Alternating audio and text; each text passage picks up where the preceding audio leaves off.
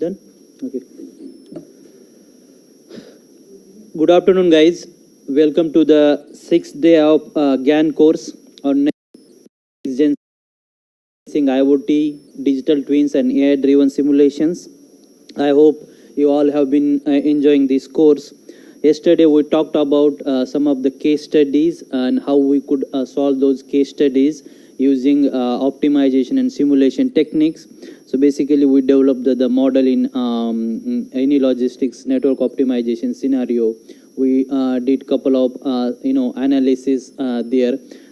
Inventory policy, we looked at the impact of the transportation policies, and then we also converted that model into the simulation, and we did a couple of further analysis there on that model. So in today's session, we are going to talk about the supply chain risk management, because we are talking about next gen supply chains, and today's supply chain is volatile, dynamic, global, interconnected, and long, and that's why we face many uncertain or unexpected events from the different ends of the supply chain. Okay, so that's why there is a huge demand, or there is a dire need to analyze these unexpected events that may come in the future, and when these events they occur, they will disrupt your supply chains. All these three flows that we are talking about. So when these events they come, they will affect your those material flow, information flow, cash flows. Okay, so we are going to talk about what are the some of the important risky events in supply chains. How do you analyze those risky events, and then how do you propose some mitigation strategies? So that we are going to talk about in today's session. I hope you will enjoy this session. Yeah, so before we jump into our main content, so let's start with the this session with some your pre-session knowledge about this topic, risk management, and I have got some very interesting questions here. Okay, so we will see basically we will see what was your experience during that time. Okay, so let me go to the Menti. Okay.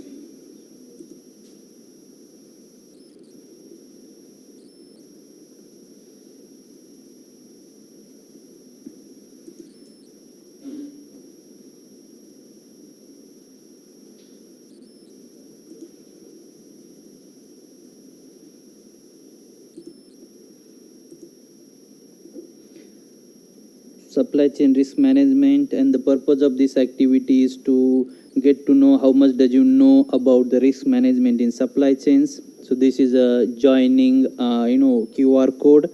You can scan this QR code, or you can go to the menti.com, use that code 17997693. Okay, has everybody scanned the code? Done? Shall I move?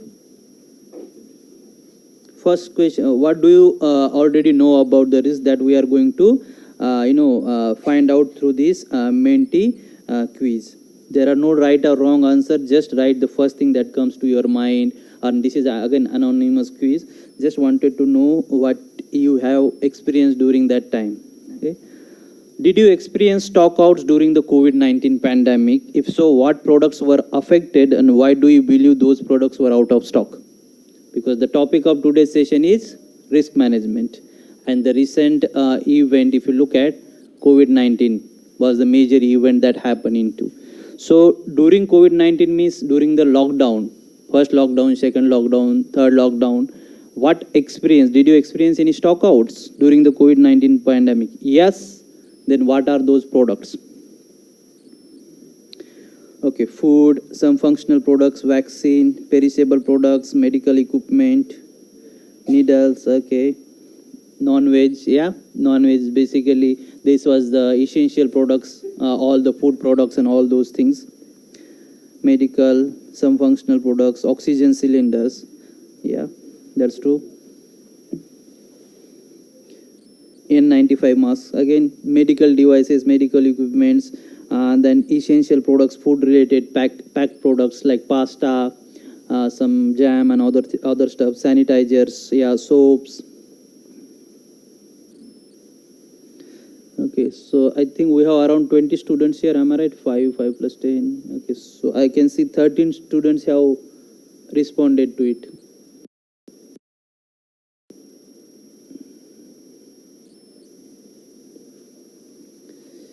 Okay, yeah. So these are the some of the the key products that were out of stock during the COVID-19 pandemic, during the first, second, or third lockdowns.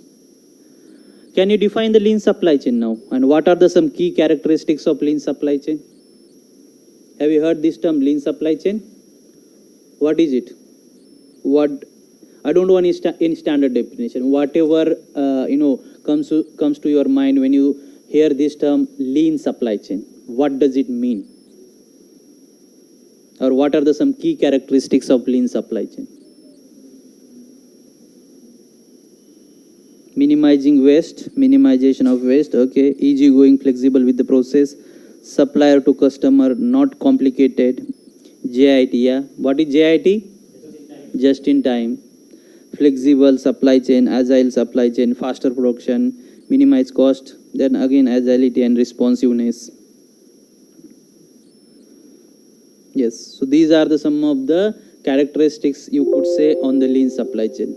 Lean supply chain helps to reduce or remove the non-value added activities. What are the some non-value added activities or bottlenecks in your supply chain? You can call it as a waste as well. Minimizing the waste. Minimizing the waste means, suppose you are doing overproduction, over transportation, you are keeping the unnecessary additional stock in your warehouse. So those are the the problems behind your supply chain inefficiency.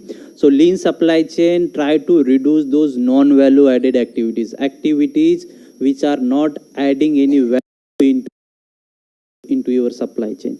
So that's your lean supply chain. Okay, so you try to then how do you focus on that lean supply chain?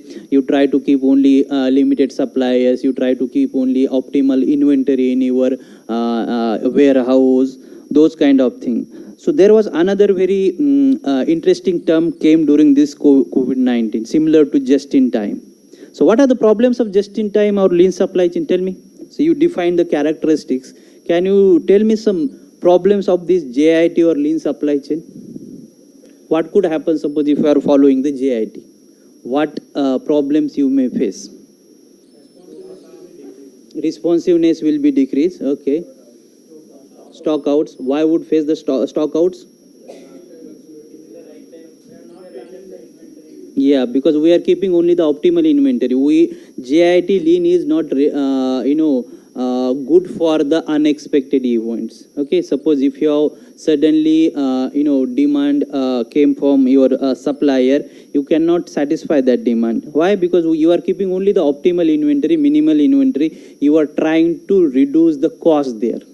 You don't want to keep additional inventory. You don't want to keep you don't want to do the overproduction, over transportation, over inventory. So that's why JIT will work normally fine. In which situation?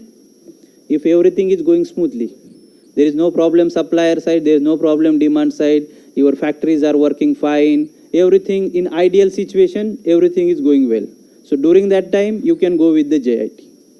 But there was another term came during the COVID-19, it called just in case. Have you heard this term, just in case? Just in case means when you experience this kind of keep the additional stock. Just in case means just in case if you face any unexpected events, then you should have the additional stock, you should have the additional vehicles, you should have the additional resources to manage those unexpected events. So that's why whatever the companies, they were following the just in time during COVID-19, because they did not have any backup supplier, they did not have any additional stock, and those companies then they experienced some problems from supply side, demand side. So that's why then during COVID-19 everybody was talking about just in case. Just in case means suppose when you experience these kind of unexpected events, you buy whatever products available from supplier, keep additional stock, keep additional inventory, and do that flexibility. So that's the purpose of just in case.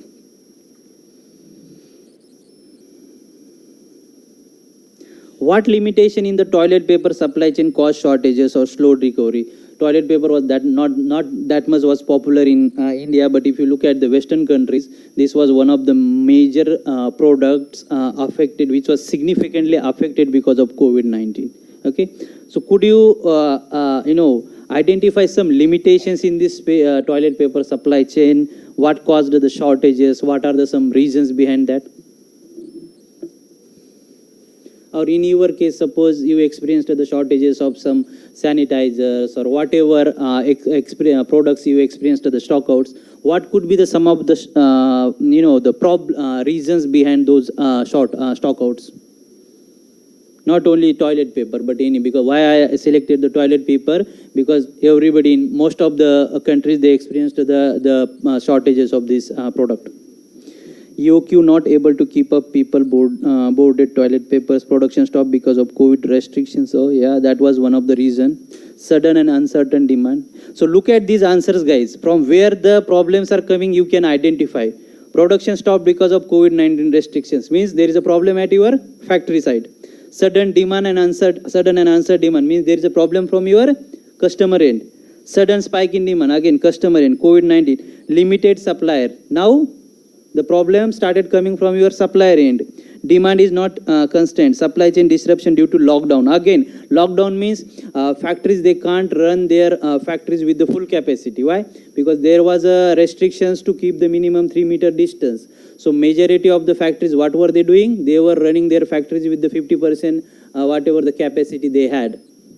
So that was the reason. Production uncertainty. Production is rapid but consumption limited or uncertain. So basically some of the limitations when you say, again, why do we call the COVID-19 as a unique risky event, or it is also called as black swan event? Do you know black swan events? Have you heard this term, black swan? Yesterday we talked about operational risk and disruption risks. Operational risk, regular risk come into your supply chain, like delivery delays, high frequency but low impact. And then disruption risk means low frequency, high impacts. What is this black swan event? Black swan events means this is uncommon events, normally don't occur, but when it occurs, it will totally spoil or damage your organization or your basically the supply chain. Okay, some of the black swan events you could say means major events, COVID-19, after that 9/11 attack, Great Recession happened in the 2007. So those are the events, you call them as a black swan events. So in black swan events, you cannot find out the probability because you don't have any information and you cannot predict the impact as well. In normal cases, at least based on your historical demand, based on your historical history, you try to find out some information about the probability of occurrence of that event, or with the help of some other information, you try to get some information about impact. But in black swan like COVID, nobody predicted what could happen. Okay, 9/11 attack, Great Recession, those kind of the things, when they occur, they will economy, everything they will affect significantly. So those are the basically some of the black swan events. So again, what I was trying to say, why COVID-19 was a unique event, because if you join any company, suppose for example after your degree, and when you work as a procurement manager, logistics manager, whatever it may be, so normally you see the problem from one end side. Okay, so there might be problem from supplier side. One of the suppliers stopped supplying the products, or demand may go up. Okay, or there might be some breakdown in your factory. But one event at a time, not all events are coming simultaneously. And that's why when these events come simultaneously, it is very difficult to manage them. And same thing happened during COVID-19. There was a problem, panic buying and demand spike was there. People were buying huge amount of toilet paper, these, the essential goods. Then when factories, they tried to make the more productions, but they had a problem with these lockdown restrictions. Machineries were very expensive. They couldn't get the machineries, and the suppliers, they were also affected because they couldn't get the products from their tier 2 supplier, tier 3 suppliers. If you take the toilet paper, the raw material, we need wood. Okay, so but there was not huge demand for the in other sector like construction sectors and other sectors. So that's why the suppliers who were supplying the wood, they also couldn't supply the good amount of raw material to the paper manufacturer. Okay, so basically from each and every end during the COVID-19, companies experienced the problems from supplier side, customer end, from factory, from during the logistics, the movements, all those things. That's why we call it as a unique kind of disruption or unique kind of a risk. How can a company make its supply chain more efficient? How does a how does a company increase its utilization?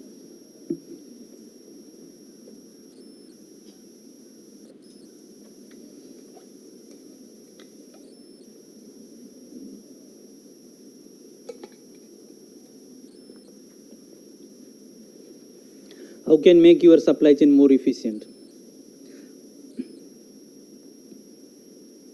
Using responsive tracking system, RFID or IoT, yeah.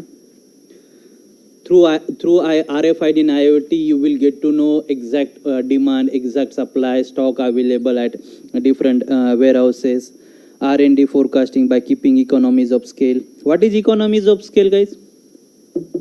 What is economies of scale you are saying? Yes, so when you make the huge number of products, the product per unit cost will go down. That is your economies of scale. Fast decision making from transparent information by optimizing networks, better inventory plans, predictive analytics, cross-docking using IoT, last mile, yeah, reduction of wastage during the supply chain, removing non-value added activities, minimize the unwanted work. Yeah, unwanted work means non-value added activities. So for example, during the this toilet paper, if you take the example of, in toilet paper, the if you look at their supply chain, they have got the manufacturer, distributor, retailer, and all those things. One of the things you could do to minimize the lead time. What could you do? Tell me. Suppose if you want to minimize the lead time, you have got manufacturer, distributor, retailer, customer. You can bypass that distributor or retailers. You don't need to send distributors and retailers. From manufacturers, products should go directly to the retailers, customers. So that's where you can then remove those unnecessary, the distributors, retailers, and you can reduce the lead time. Reducing the waste and then handling uncertainty. Third and fourth party logistics provider. Yeah, again very important, because sometimes if you are expertise in one area and if you are also looking at the third party or fourth party logistics, it will be very difficult to manage that one. So whenever you have this third party or fourth party logistics providers, they will manage your logistics. More supplier versatility of product by increasing the trust within the involving person.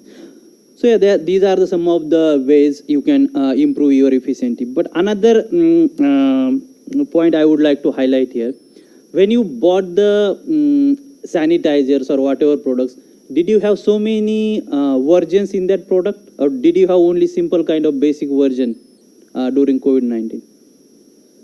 Basic stuff, basic. Suppose if you are buying, suppose I am buying the hand sanitizer, did we have the so many options there left, or only one basic stuff was there? Options were there. What are the problems? Suppose you are making 4 or 5 types of products, and if you are making in one factory only one type of products, what is the difference, or which is beneficial during these kind of events? What is more beneficial? Okay, from which point? For whom it is beneficial? Customer's point of view. Okay, anyone? People will lose the quantity. So one type of product can make more profit. Demand was huge. Okay, people, they were so they wanted so whatever basic products, whatever it is available, they wanted those products. What is the problem with the multiple products? If you are making the different versions of single product, what is the problem? There is a problem with those scenario. What is that problem? That is the one. If you are making the different kind of products in the same factory, you need to change the machineries, you need to make some additional the changes. So that changeover time is there, and if you are doing that changeover, it means that you are unnecessarily wasting the time. There is a huge demand, people are dying there, and why you are making so many different products? Because when you make the simple product, The people will take those products and they will, do their job, whatever they want to do. That's why, during this, how does a company increase utilization? When you experience these kind of huge demands from customers, so many companies you might have heard, like automotive companies or some, they started making these, the medical devices during these COVID-19 times. And that's why if you look at any pasta, any essential products, there were not so many versions of those products, only basic stuff. If you look at hand sanitizer, only one version is available, not so many different versions are available. So that's another benefit. And when you want to increase the utilization, you should delete these non-value added activities, unnecessary. Don't make different kinds of product. If there is no demand, then you can make the products, but there is a huge demand, people are buying at any cost, at any level, so there is no need to make it unnecessary complicated. What affects the first and last link in your supply chain? First link means supplier, last link is your end users, customer. What does it affect? As a customers, what were the reasons behind your panic buying or shortages? Or as a supplier, what problems you encounter during that lockdown and border closures?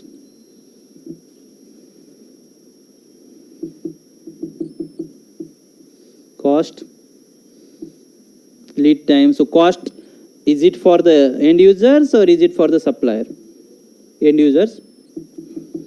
Lead time, sudden change in demand and sudden supply transportation. Suppose during COVID, during normal time, suppose I am keeping a safety stock at one toilet roll additional or whatever the pack in my house. And during COVID-19, what happened when lockdown and border closures were imposed? People, they started doing this panic buying. What? Why? Because people thought that we may not get the products in the future if you don't keep the additional stock. So everybody, whoever was keeping a suppose stock of one toilet paper, whatever pack was there, they started keeping additional 2-3 packs into their houses. Why? So because of this, shortages and all the news came. Cost is another term. So suppose, don't consider the COVID-19 scenario. Suppose normal situation. Suppose now you want to buy something from nearby grocery store. What kind of factors? Suppose you want to only one cold drink bottle there. Okay. But you go there, tell me what factors does affect your buying decision? You want to buy only one product, but you go there and you bought 2-3 bottles of cold drinks. Why? What is the reason? No, variety, that is whatever it may. But your goal was you want to buy only one cold drink bottle. But why you bought 3 bottles? Shortage will happen. That is one reason. What other reasons are there? Discount, buy one get one free. Okay, those kind of things. So there are so many reasons, like cost. Suppose I go there and I see there is a buy one get one free. I wanted to one bottle, but because of that buy one get one, I bought another one. Same thing happened here as well. Cost there. Because if suppose I know there is a huge, I may not get the product tomorrow, I can keep additional stock. Product shortages, again, bullwhip effect. What is bullwhip effect? Somebody mentioned. Okay, interesting stuff.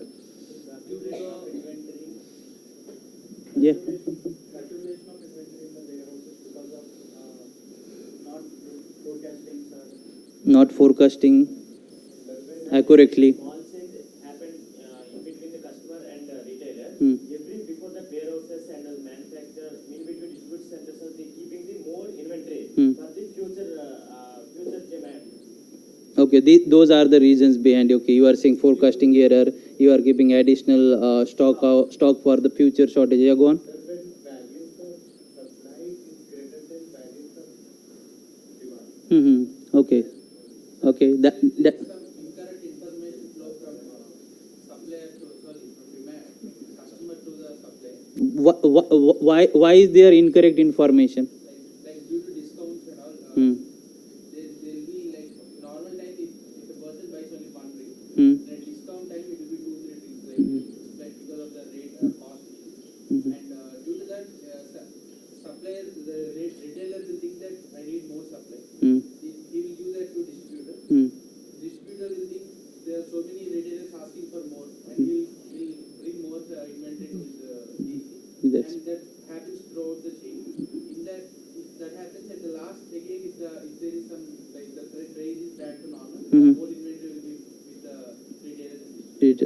That's the correct one. Yeah. So what are the some impacts of this bullwhip effect?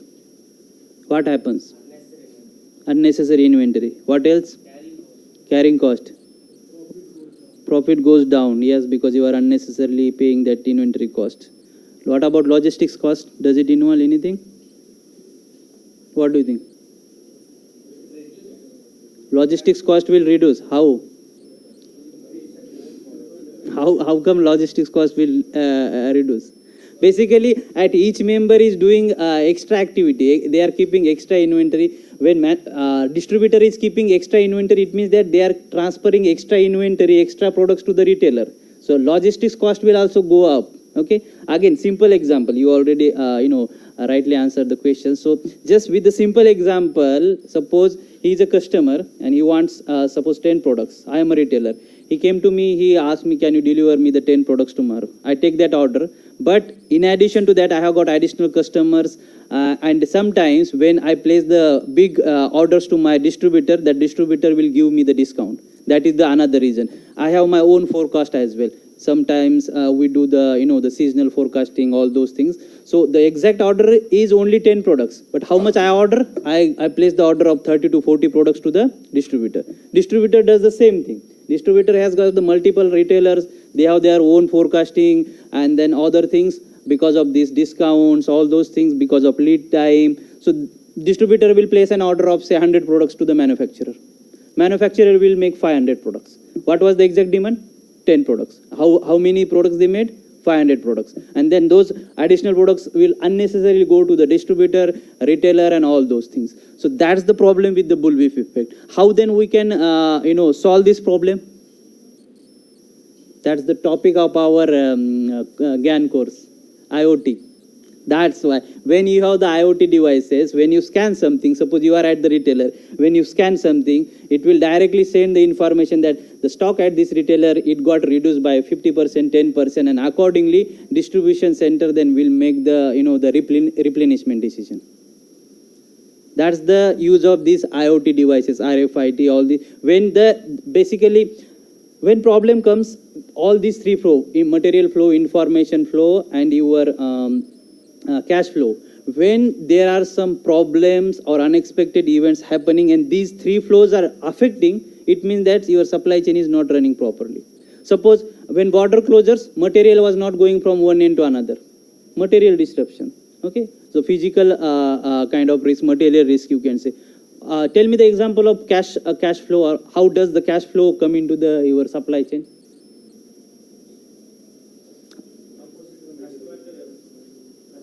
Customer, yeah, it goes from customer to, but what kind of problems we face? In which cases your cash flow will be affected? There is no transparency, okay? Sometimes suppose now everybody is using this Google Pay, Phone Pay and all those things. Sometimes you face the problems. Okay, server is down or something. You cannot do the payment to your retailer customer. So those kind of the events, when you experience these kind of events, it will affect the cash flow as well. Okay, so bullwhip effect is that one. There is another very famous term. It is called a ripple effect. Have you heard this term, ripple effect? Similar to bullwhip effect. Bullwhip effect, it occurs basically because of your operational risks. Because demand variation, we are talking about amplification of demand from downstream end to the upstream end. Because of demand variation, bullwhip effect occurs, and demand variation is an operational risk. Why is it operational risk? Because it occurs regularly, but it doesn't significantly affect your supply chain. That's why it is called as operational risk.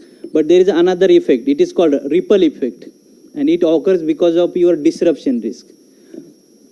What happened during COVID-19 when initially China imposed the border closures and lockdowns? Am I right? After that, what happened? Who faced the shortages and the backlogs?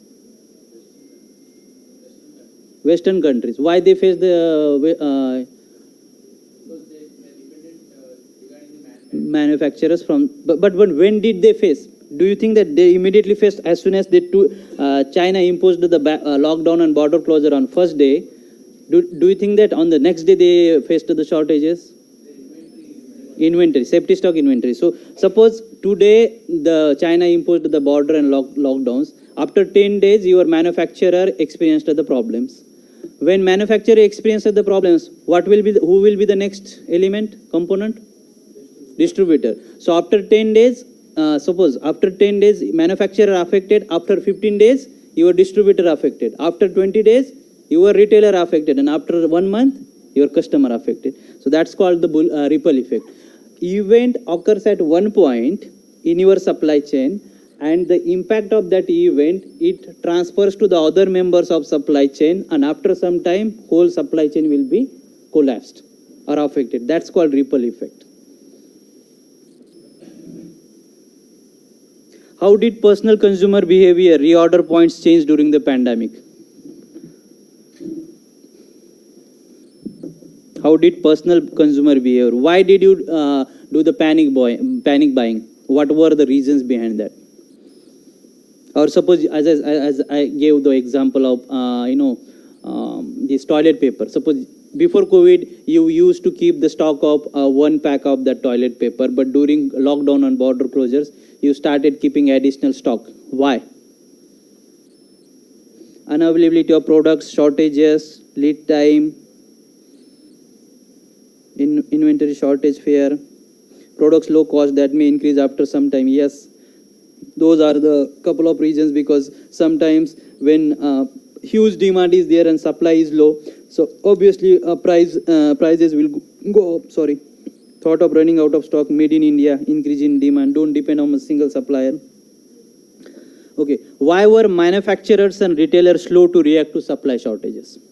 What were the reasons behind? Because they knew there was a huge demand from customer side. Then why they didn't ramp up their production and their storage capacity? What were the reasons behind their slow response? Supply was not up to the mark. Yeah, they depend on suppliers, and supplier also couldn't supply the products. High investment cost. Yeah, that is again very important reason. Because suppose you are running the factory with 5 machines and suddenly demand come up. You cannot add additional 5 machines in 1 day, 2 days. It needs huge amount of investment to buy that product. I will tell you one example. During Boeing 787 company Dreamliner case study, when Boeing 787 they experienced some delays from their supplier, and the Boeing's employees they did the strike. In 2005 when they outsourced the products from the supplier.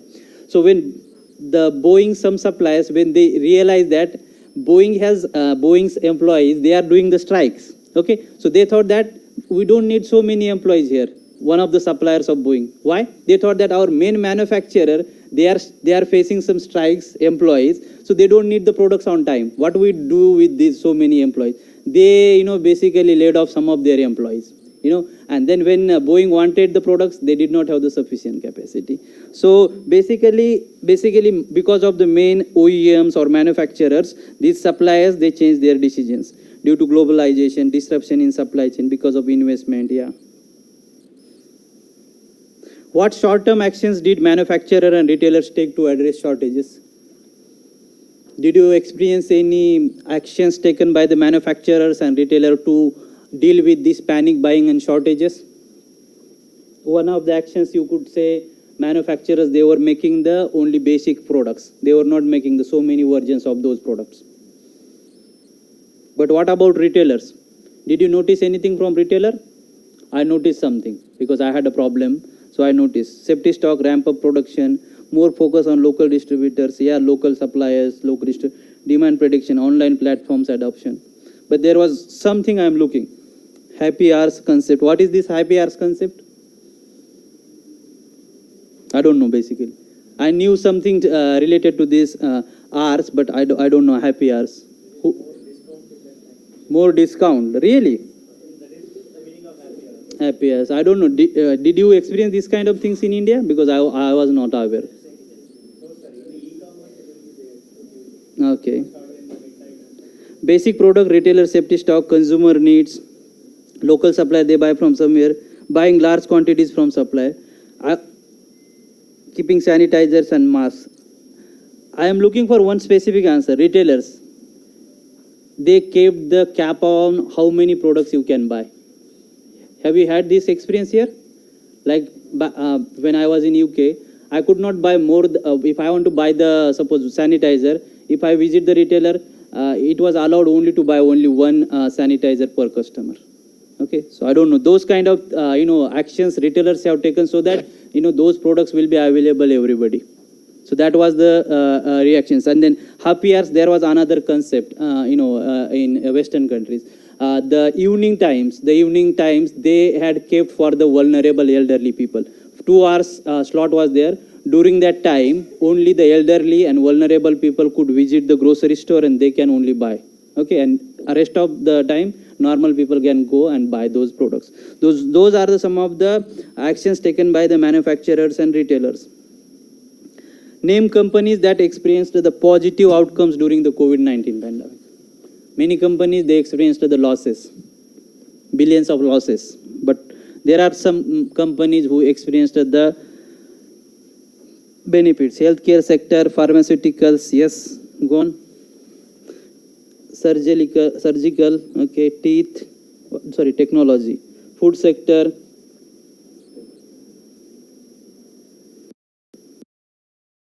essential goods, yes. Medical company, sanitizer, mask.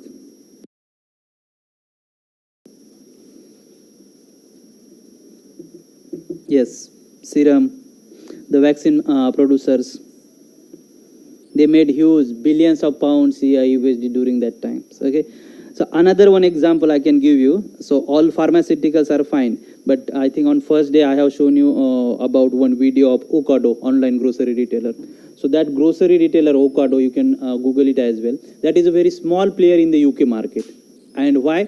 Because it has only the online presence. They don't have any physical store where you can go and buy the products. And their additional technology is the robot technology, where they manage their warehouses with the robots. So before COVID-19, because it is a small player, so that company used to take the orders from, say, 500,000 customers or something like that, 500,000 or 200,000 customers. They have fixed base because they have got only couple of warehouses, big warehouses in the UK, and they were taking only online orders and supplying the products. But as soon as UK government imposed the lockdowns, everybody moved to the online shopping. Nobody wanted to go outside because of this scare of catching the virus. And Tesco, Asda, there are some other grocery retailers. So they experienced some huge demand. But most of the people, they went to this Ocado. Why? Because Ocado was famous for the online delivery. And at one point, there were 1 million people waiting to sign up their website, and their website was crashed. Okay, they never experienced such huge demand from the customers during that time. And after that, they started building the new warehouse as well, and their profits significantly increased during that time. So this is just one example of how some companies can increase their profits when they face this kind of unexpected events. And if you look at the automotive, some constructions or non-essential companies, they experienced the huge losses because of these events. What do you know about the risk? Right? 3 things that come to your mind. Because topic of today's session is risk management, supply chain risk management, and how we could manage the risk using the IoT, digital twin, or simulations.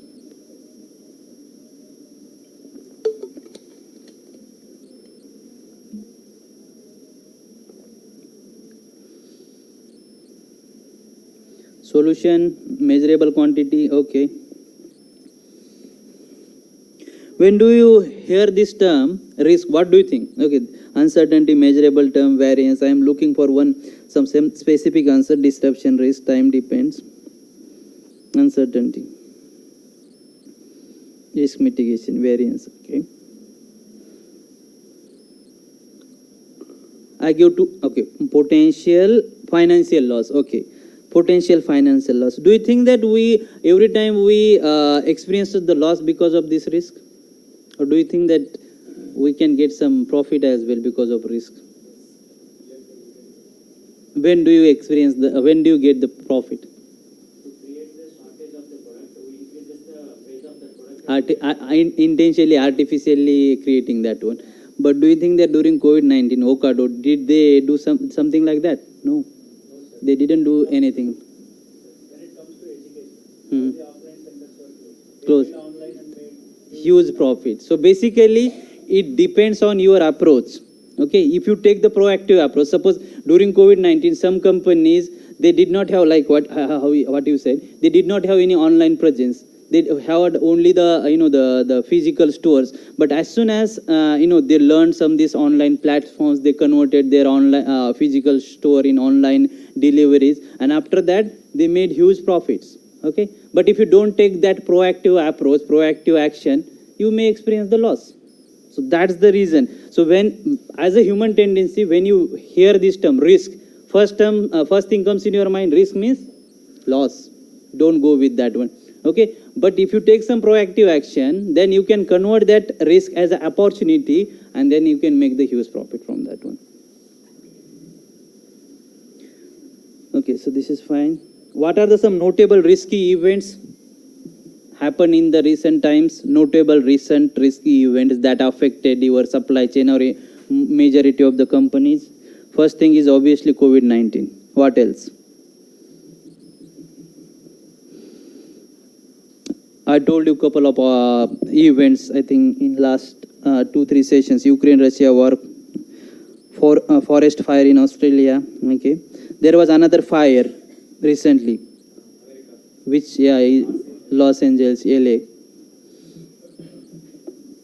Recession, Suez Canal, world wars, tariff changes. Basically, what US government is doing currently at the moment. 9/11. Okay, yes, these are some of the Red Sea crisis you already mentioned. Suez Canal blockage is this different.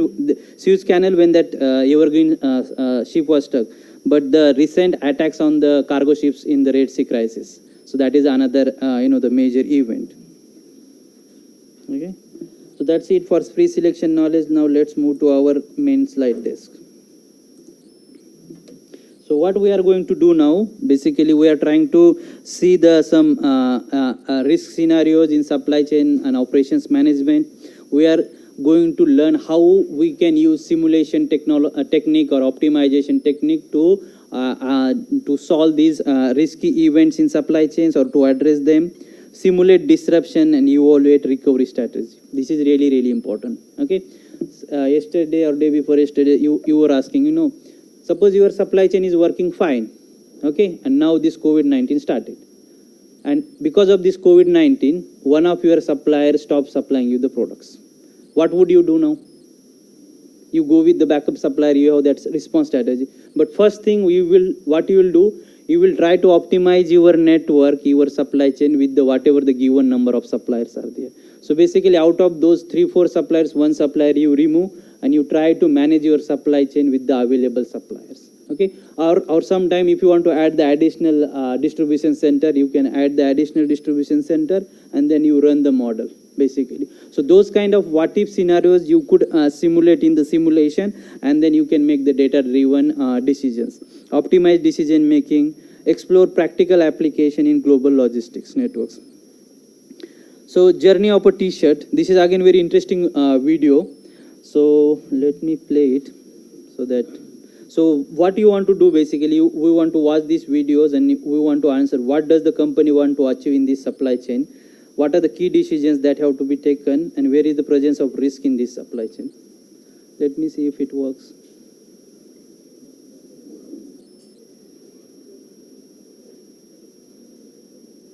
Do you know who are the manufacturers of clothing or any t-shirt or any, do you know, any idea? I don't know, do we have the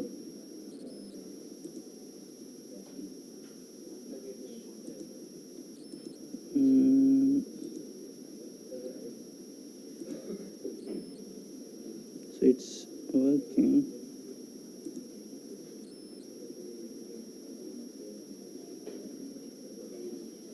What happened? I'm just trying to video, yes.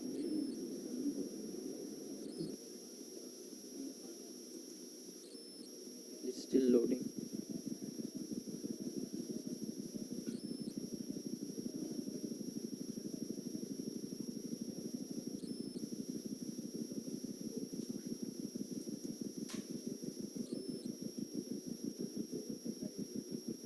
No worries, if it is problematic, then I can just, I have the links already. Still rotating.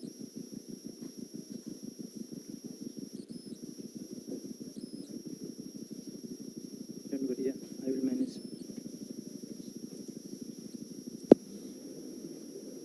Okay, I think, sorry guys, the video is not working. So I have already added the links here, so you can watch. So basically, in these videos, they have discussed the supply chain of T-shirt. Okay, so basically in the first video, they have given the little bit idea about the whole supply chain. Then next one, the suppliers. So currently US is the major producer or exporter of the cotton, and the raw cotton they send to the Bangladesh. Okay, so if you, I don't know here, we find made in India and all those, the cloths here. But if you go to the Western countries, US, UK, Europe, any brand, M&S, Zara, whatever the brand you pick up, and just see made in Bangladesh, made in Colombia, all those things. Okay, so in the second video, they have discussed the factories in Bangladesh, basically how they convert that raw material into yarn, fabric, those things, and after that they make the male's t-shirt in Bangladesh, and then the female's t-shirt in Cambodia, another developing countries, and after that they transfer these t-shirts again back to the US for printing and all those things. So what does the company want to achieve with this supply chain? Any idea? What do you think? Why they move the goods, raw cotton from the US to Bangladesh? Why don't they make their t-shirts? Labor cost. Okay, and when you transfer this one, you need to obtain the efficiency, supply chain efficiency. Because if you look at the whole that t-shirts, it will, the price of the t-shirts, it could be around 12 USD or 13 USD. Okay, so all those basically from US to Bangladesh, the sea freight is there. Again, then internally they do the road freight transportation, and again going back they use the sea freight. So road freight, sea freight, these kind of modes of transportations are involved. Third party logistics providers are there, fourth party logistics providers, suppliers are there, then manufacturers are there. So company wants to achieve the global efficiency, they want to improve the productivity. And what are the key objectives? Like strategics. So who are the suppliers, how they want to select the factories, which third party logistics providers or fourth party logistics provider, and where is the presence of risk in supply chain. So tell me, in this supply chain, what could go wrong? What unexpected events you may face? Transportation risk.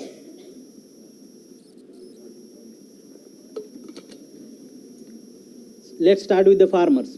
First is the raw material. What problems they may face? Unexpected events. Sorry? Weather, yeah, because of weather, the production may go wrong. Okay, that's the one.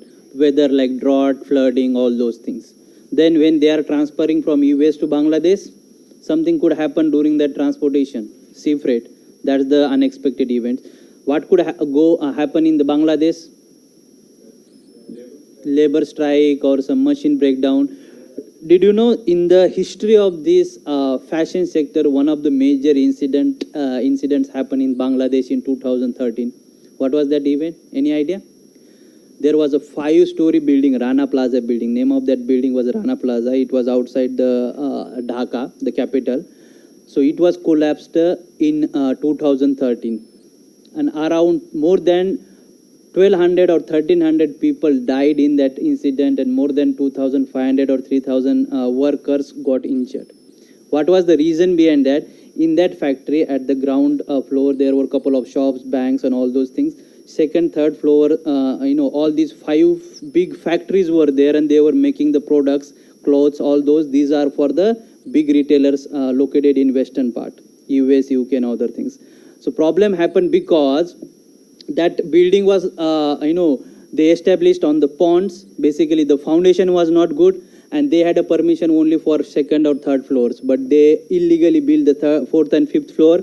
Before the incident, there were crack on that buildings, but still, because of that, the pressure from the owner and all those things, they still continued the the production there, and then during, I don't know the exact date, April 2013 or something, that building collapsed, and more than, as I said, 1,200 people died in that one. Okay, and after that, then everybody was talking about these Western retailers, all these Zara, M&S, all those things, because these suppliers, they were supplying the products to those Western retailers, and then everybody was talking, blaming them. What are you doing? Your suppliers, the workers, those who are working in your, in your suppliers factory, they experience these problems. You are not looking after your suppliers. Okay, so it's your job. It's your job to look after your supplier, to make sure that the workers, they are getting good wages, the working conditions are good. So that's the another very famous example in fashion supply chain. So what does the company want to achieve? Global efficiency, quality, scalability, transparency. That's why they do this, logistics and supply chain.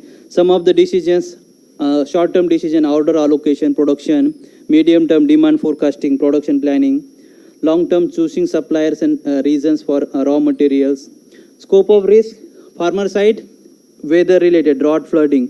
Okay, operational risk, factory delays, financial risk, volatility in cotton prices or labor cost.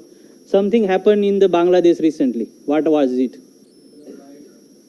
Riots. Yeah, it's the previous prime minister left the country. Tell me, if you are running a business in Bangladesh, for example, suppose you are from Western country, you have got the supplier in that country, what could happen with your business? You may face the shortages. Why? Because if your supplier working in that country, and because of this political instability, you may not get the products on time. Labor strikes are there, all those things. That's why when you locate your supplier, when you locate distribution center, that's why you need to think about the the political stability of that country as well. If suppose governments are changing frequently, so you may face additional taxes. So same thing happened with that Bangladesh as well. When all these major H&M, Zara, they experienced the problems because of this whatever the ongoing crisis in Bangladesh. Financial risk, volatility in cotton prices or labor costs. Market risk, shift in consumer demand. Environmental risk, natural disaster, flooding, tsunamis. Okay. Geopolitical risk, trade restrictions, tariffs and political instability. Reputational risk, negative image because of unethical practice. Suppose one of your supplier is doing unethical practices and you are the major player in that supply chain. So the government and the normal public, they will not blame that supplier. They will blame it, but they will blame main player in the supply chain. Who is the main player? The manufacturer, or who is the powerful player. So those companies will face some reputational damages because of these events. So this is a example of the t-shirt. We have got the farmers, cotton producers, first member. Then they send the raw material, raw cotton to the Bangladesh. They make the yarn and fabric. Then they go to the garment factories, logistics provider, retailers, consumers. In addition to that, we have some machinery providers, indirect members, auditors, inspectors. So many members are involved in that supply chain, and the risk may arise from any member, from any link in the supply chain. You cannot say that we may not face the risk from farmers. That is not the case, because this is a global supply chain, volatile, dynamic, interconnected, long. So we may face problem from any end. So the answers of that quiz, why did we experience the stockouts? The demand was more than supply, essential products, manufacturer couldn't scale up, safety stock and lead times problem, lean supply chain, removing the non-value added activities, then toilet paper shortages like minimum safety stock, long lead times, expensive machinery. How we can improve the supply chain? Reduce the product variety. I talked about product variety. Regular maintenance to improve the utilization. Direct delivery, just-in-time strategy to minimize excess inventory. Supply chain leaks affected. Suppliers face raw material shortages and trade restrictions. Consumers experience stockouts, rising cost, all those things. How did consumer behavior change? Because of increased safety stock, re-evaluated reorder points, panic buying. Why were manufacturers slow? Because raw material shortages, limited flexibility. Short-term solutions, reduced product variety, focused on high demand items, purchase items, restrictions on purchase items.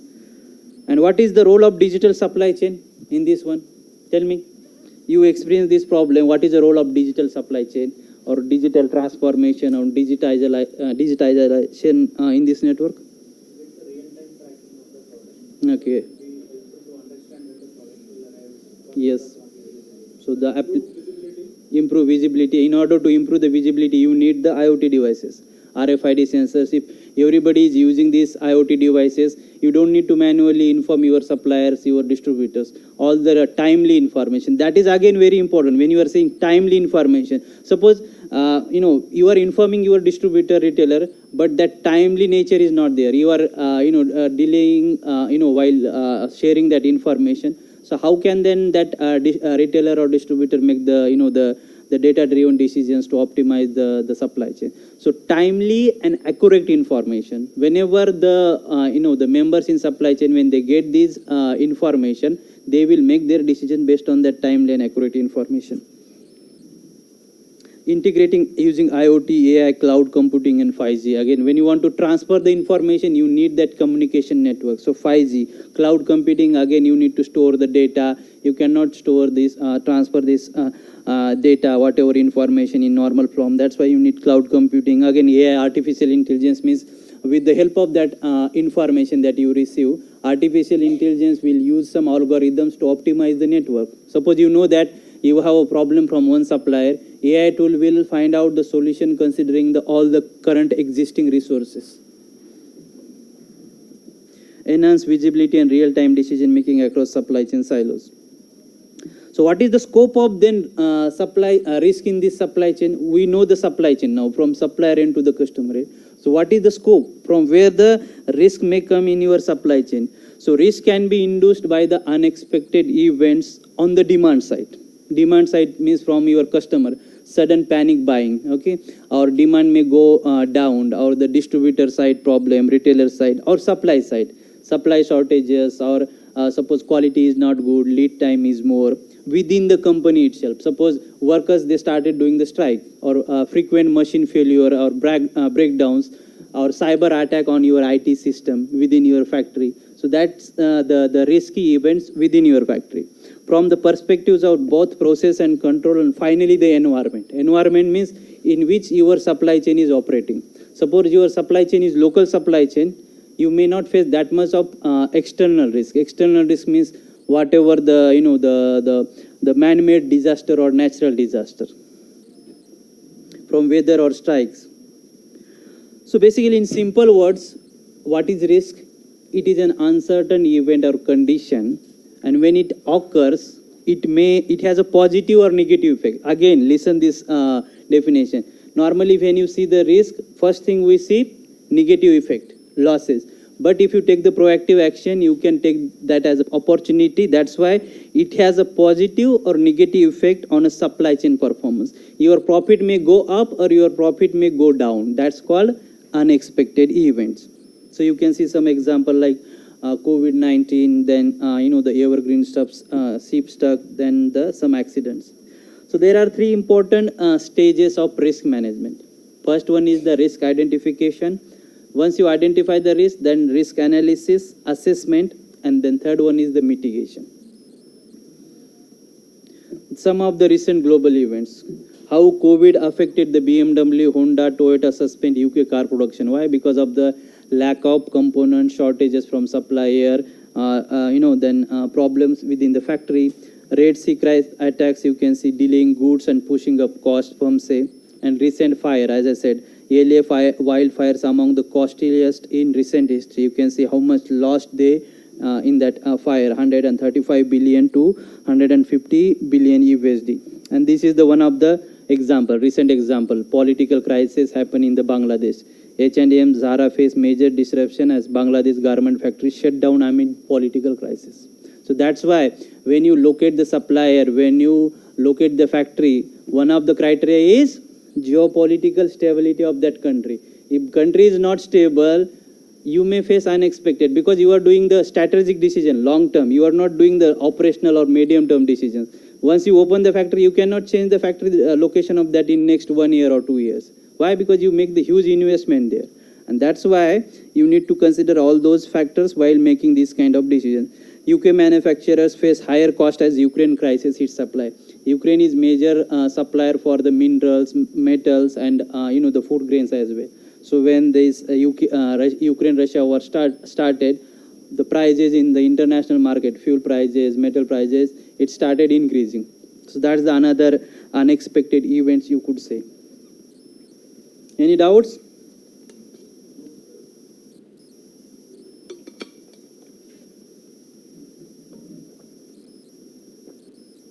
So what are the implications of this supply chain risk? There are many type of risk from end-to-end supply chain, okay, such as natural disasters, earthquake, flooding, economic risk, price fluctuation, and currency changes. Okay, when you do the international business, you need to pay the the payment in their currency. So if there is a the frequent fluctuation in the currency, that will also affect the supply chain. Political risk, trade wars, tariffs. Tariffs is one, another is the trade war. Okay, like how US China they did the trade wars in the past. So that is another case of political risk. Technological risk, cyber attacks. You might have heard the cyber attacks. Okay, because nowadays we are talking about this digital supply chain, all those things. Huge amount of data is generated at each stage, and if you don't properly manage that data, there is a risk of cyber attack as well. And then I think 2-3 years before, there was a huge cyber attack in the US on their the fuel pipeline. Okay, so their whole fuel pipeline was affected because of that cyber attack. And then the team that attacked, they did the attack. They asked the company that the fuel managing company, that pipeline, huge amount of money.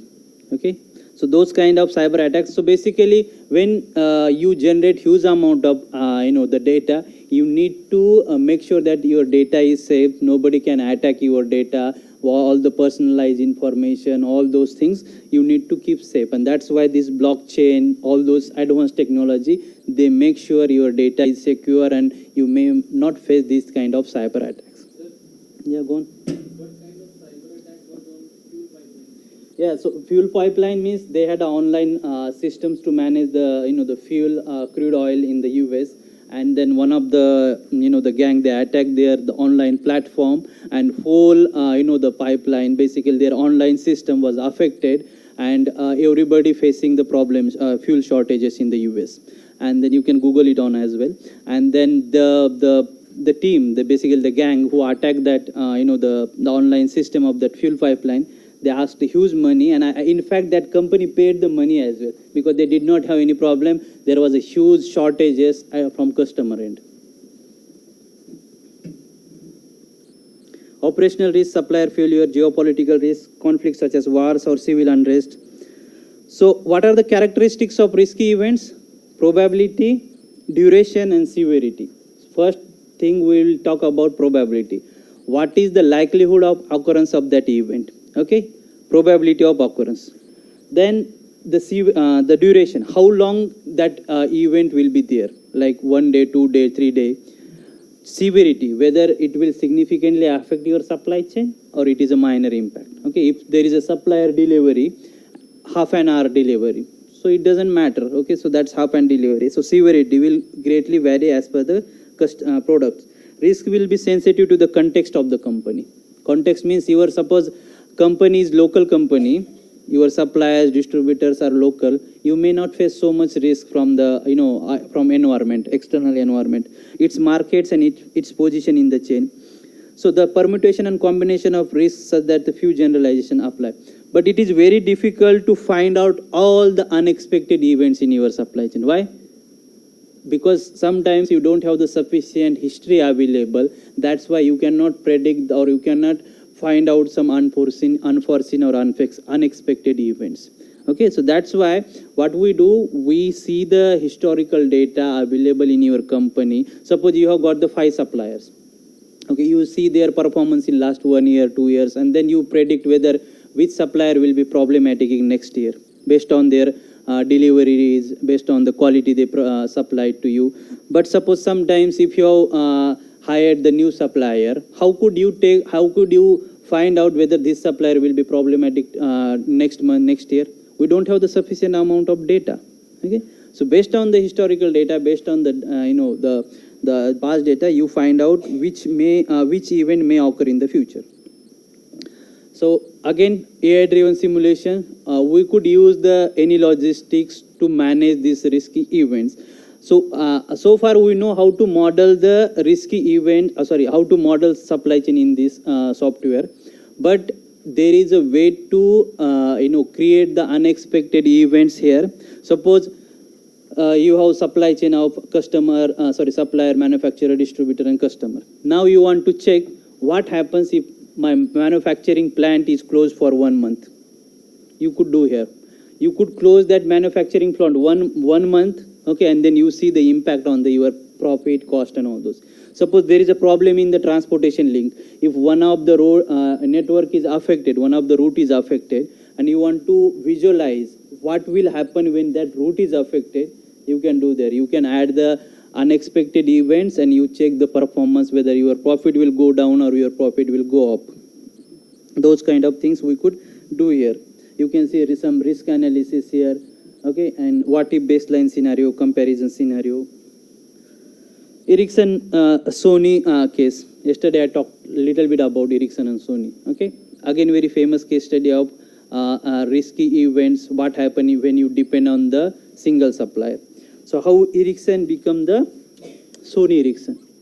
So what happened basically?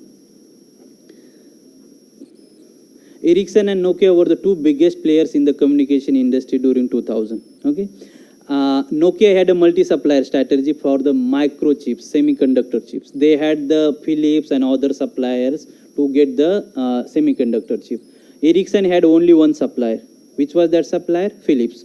Philips had a plant across the world, but there one of the plants in New Mexico was supplying the 40% supply to these companies, Nokia and Ericsson. On March 17, 2000, Philips semiconductor plant in Albuquerque, New Mexico caught fire because of lightning. Because of lightning, they had this fire. With the help of sprinklers and all the fire extinguishers, they managed to stop the fire in 10 minutes. Okay, fire happened in their production lane, basically, where they make the production of those semiconductor chips. But they had another storage room near to that production room. And in that storage room, there were thousands of semiconductor chips ready for the shipment.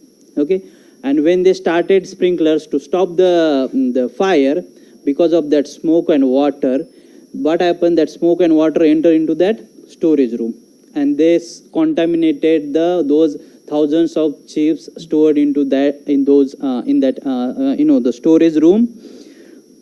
And this affected Europe's two largest electronics companies. It took 3 weeks before production was up and running, and they had taken the 6 months to run their factory with the 50% production level, and it took years before new equipment was delivered and installed. You can see here now, this is the photo of where they make the semiconductor chips.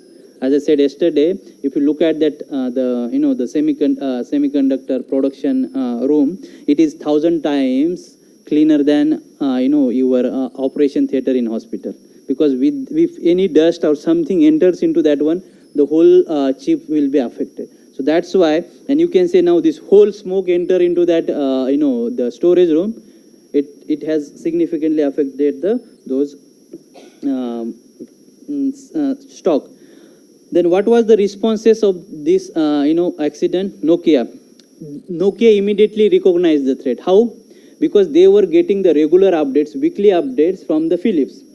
And when they faced some problems, they couldn't get the delivery updates from the Philips about their stock, then they thought that something happened there and they are not telling us. Then they immediately changed their plan. From 7 days checking, they went to the daily checking. They said that, okay, you are not providing us the information, we are now going the daily check. Okay, so daily check. So continuous monitoring used to check 5 parts made in New Mexico once a day instead of the customary once a week. One team of executive. Okay. In addition, when they received this information, they had taken 3 actions. Nokia. What? First thing they did, they sent one team to the Philips plant in New Mexico to manage the supply from that Philips. One team went there. They asked that, okay, you had a problem here. It looks like we don't get the products, semiconductor chips in maybe 4 weeks, 5 weeks. You do one thing. What? you supply the semiconductor chips from your other plants. Okay, and Philips did not have any other option. Why? Because Nokia and Ericsson were the main players. 40% of supply from that plant, it was going to those two companies. And Philips agreed, okay, we are happy to provide you the supply from other plants. Then what they did, they organized another team and they sent to the cross continental, to find out the additional suppliers who can supply these semiconductor chips. Then third action they have taken, they have redesigned their cell phone so that these new chips will fit into their cell phone. And then with the help of these actions, they achieved their sales targets and their profit went up by 42% in that year. This was the Nokia's approach. Look at the Ericsson's approach. Ericsson, how did they get the information about this one? On March 17, it happened. After 4 or 5 days, at ground level, some people were talking about something happened at Philips plant, but we don't know exactly what happened. Their management was totally unaware of what happened. They thought that if there might be some problem at Philips plant, they would inform us. Okay, they waited for the Philips response. When they tried to recover, entire worldwide supply for chips was committed to Nokia. When they went into the market to find out the supplier, everything was captured by Nokia. More passive and slow response. They missed the critical product information. Annual loss was 400 million USD. Somehow they get the compensation from insurance, 200 million, but still they had a 2 million loss. They seized the making cell phones under individual brand, and then Sony had taken over the Ericsson, and then it started the Sony Ericsson. So Flextronics took over some plants, and after that as well, 200 million loss. Because of this incident, they had some other problems as well. So overall loss was 1.68 billion USD. So what key lessons have we learned from this one? What do you think? It is surprising how vulnerable a major corporation for a small event. Only 10 minutes fire was there, and 2 big players in the electronic industry. Then you can see how that small event affected that big corporations. Organizations are affected by events that are far away, over which they have no control, even propagated ripple effect through supply chain. So this is the good example of ripple effect. Why? If you look at the US, and the Philips and Nokia, they were from Europe, 4,000, 5,000 miles away. Event occurred in US. Impact we have seen in the Europe and other parts. So this is called ripple effect. Something happened at one end. After that, the effect goes to the other members. Ericsson had no mechanism to deal with the unforeseen events. They reacted to the event. Nokia had an approach to manage the risk, and they consider it as opportunity, and they increased their profits by 42%. Okay?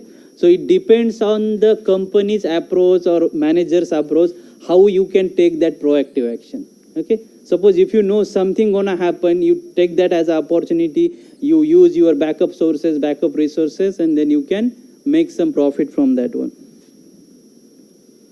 Another very interesting example.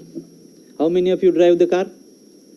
Anyone big fan of Range Rover, Land Rover? Okay, so again, going back to the 2000, during that time, the Land Rovers, this Discovery model was very popular. Okay, Land Rover's Discovery model was very popular, and the Land Rover, this company is from Great Britain. Okay, so for their Discovery model, the chassis, they had only one supplier, and the supplier was UPF Thomson. UPF Thomson was their only one supplier for this chassis for the Discovery. So what happened? This UPF Thomson, they did some investment in foreign investment they did, and they incurred the huge losses in that foreign investment. Okay, and they went into the bankruptcy. They couldn't run their model. They couldn't run their business. They went into the bankrupt in 2001. Tell me, suppose if you take loan from your bank for your car or for your house, and if you are not able to pay that loan, what would happen? Sorry? Mortgage, yeah, but what will happen? Suppose you are not able to pay that your loan for house, they will seize your assets or house. They will sell your house or they will sell your car. Same thing happened. When UPF Thomson, they went into the bankrupt, the creditors, from whom they took the loan, what they did? The banks, all the other creditors, they appointed the receiver. What is the purpose of receiver? This is the person or this is the body who sells all your assets and they try to recover the as much of money from you. So that's the then banks and other the teams, they appointed KPMG as a receiver to recover the as much of money as from the UPF Thompson. Okay. So now when KPMG was appointed, KPMG went to the UPF Thompson. They analyzed their network. Okay, who are our supplier, who are our main customer, and they found one important thing into that their agreement, their documents. They found that Land Rover's discovery model, UPF Thompson is the only one supplier. So they thought that, okay, now we could do one thing. What? We could go to the Land Rover and we could ask some money so that we can clear our debts. Okay. So then KPMG went to the Land Rover discovery and said that, okay, everything was going well. So KPMG went there and they asked, okay, you give us the 35 to 40 million upfront cost, advance payment. For what purpose? To recover or to clear our debts. And then Land Rover asked, why? You had a problem, you invested somewhere, you experienced the losses. Why you are asking not like 1 or 2 million? You are asking, imagine, during 2000 they are asking 35 to 45 million USD upfront cost. Then KPMG threatened Land Rover. They said that if you don't do these advance payments, we will not supply you the chassis. And chassis, that discovery model was so popular at that time. And then Land Rover thought that, okay, if you don't get the chassis, how could you make the production? And there is a huge demand for us. Then Land Rover did not have any options rather than going to the court. Okay, Land Rover went to the court, and then they, in the court said that, you cannot exploit these kind of contracts because, there was no problem from Land Rover. Everything was running smooth. How could you exploit these kind of agreements to get the upfront cost from your manufacturer? And it was so popular. Again, you can Google it. MPs, political parties, they were involved and they were supporting the Land Rover because there was no problem from the Land Rover. And this KPMG was basically taking the advantage of their contract because of the sole dependency of Land Rover on that UPF Thompson. So Land Rover response. So Land Rover said that if you stop making the discovery model, we may, lose the 14,000 Land Rover jobs, but jobs again at the supplier because Land Rover had additional supplier. If they stop making this Land Rover discovery model, more than 10,000 products, jobs, will go. So you can see this news article as well. So what was the solution?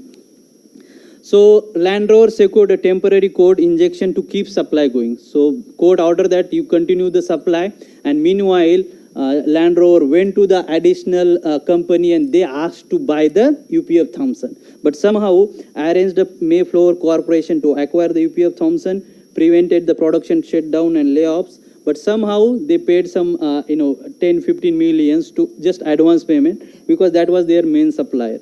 So what are some key takeaways from this study? Risk of sole supplier. Over dependence is dangerous. Okay, if you are only relying on one single supplier, it will affect receivers' power. They act in creditors' interest, not customers. Legal actions can buy time. Business continuity planning is crucial. Business continuity means when you experience some unexpected events, you should have some backup plan, contingency plan to manage these kind of risky events. Okay, so now we'll see couple of terminologies. What is uncertainty? Yesterday I said uncertainty and risk sometimes people use interchangeably. What is uncertainty?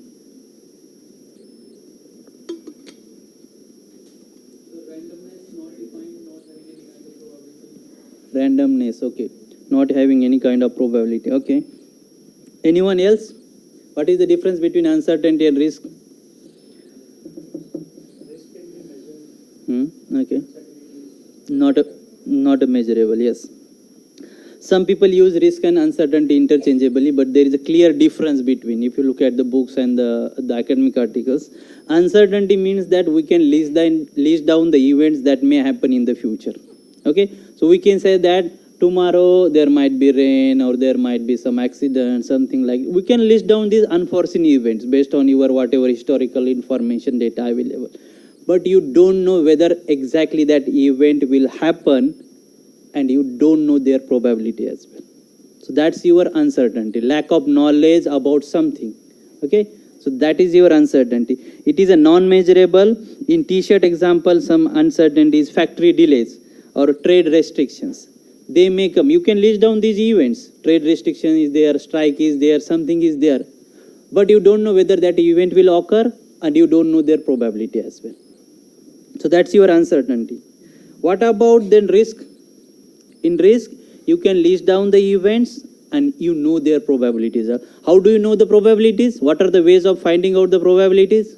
Any idea? Frequency of it happening in the past. Okay.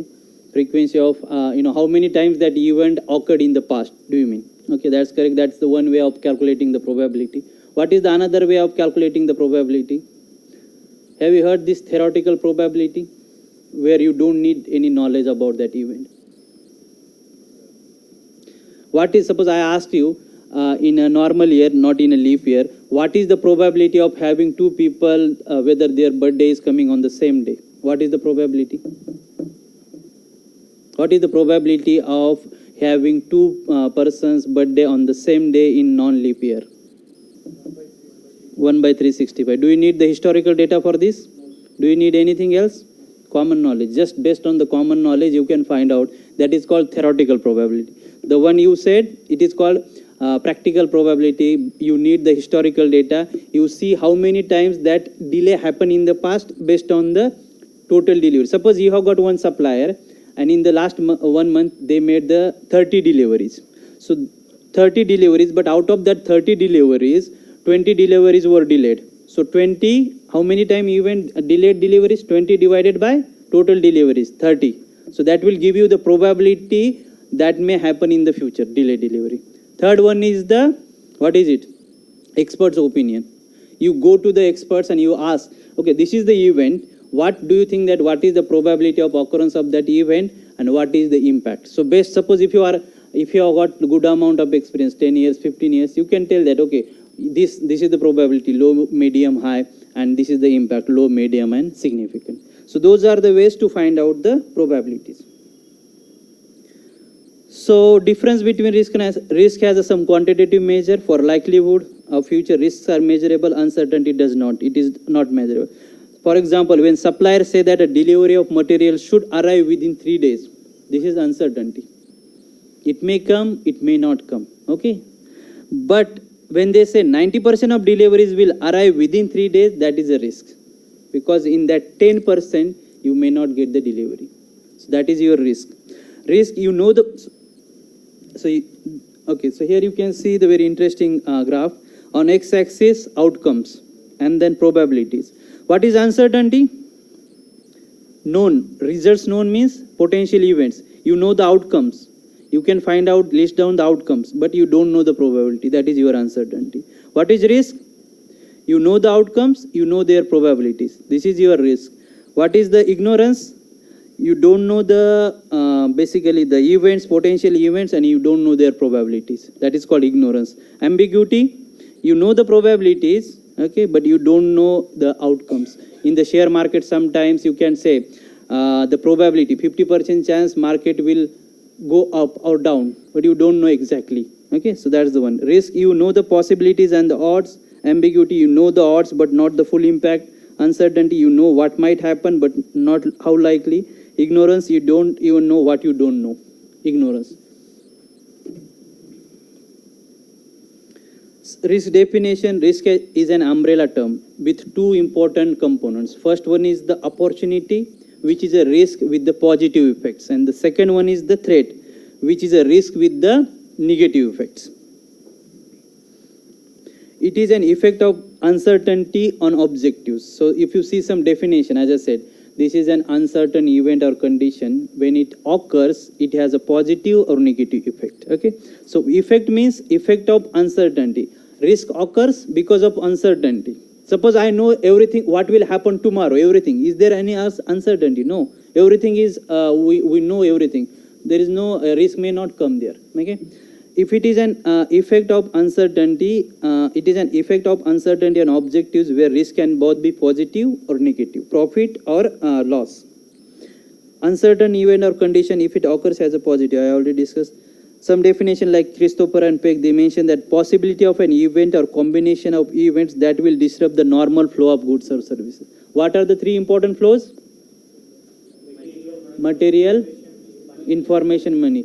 When these events occur, what will they do? They will affect one of these flows. Either it could affect your material flow, either it could affect your information flow, either it could affect your money flow. Okay, so if when the flow is affected, it means that the risk occurred. Any risk for the information, material and product flows from original supplier to the delivery of the final product for the end user. Supply chain risk refer to the possibility and effect of mismatch between supply and demand.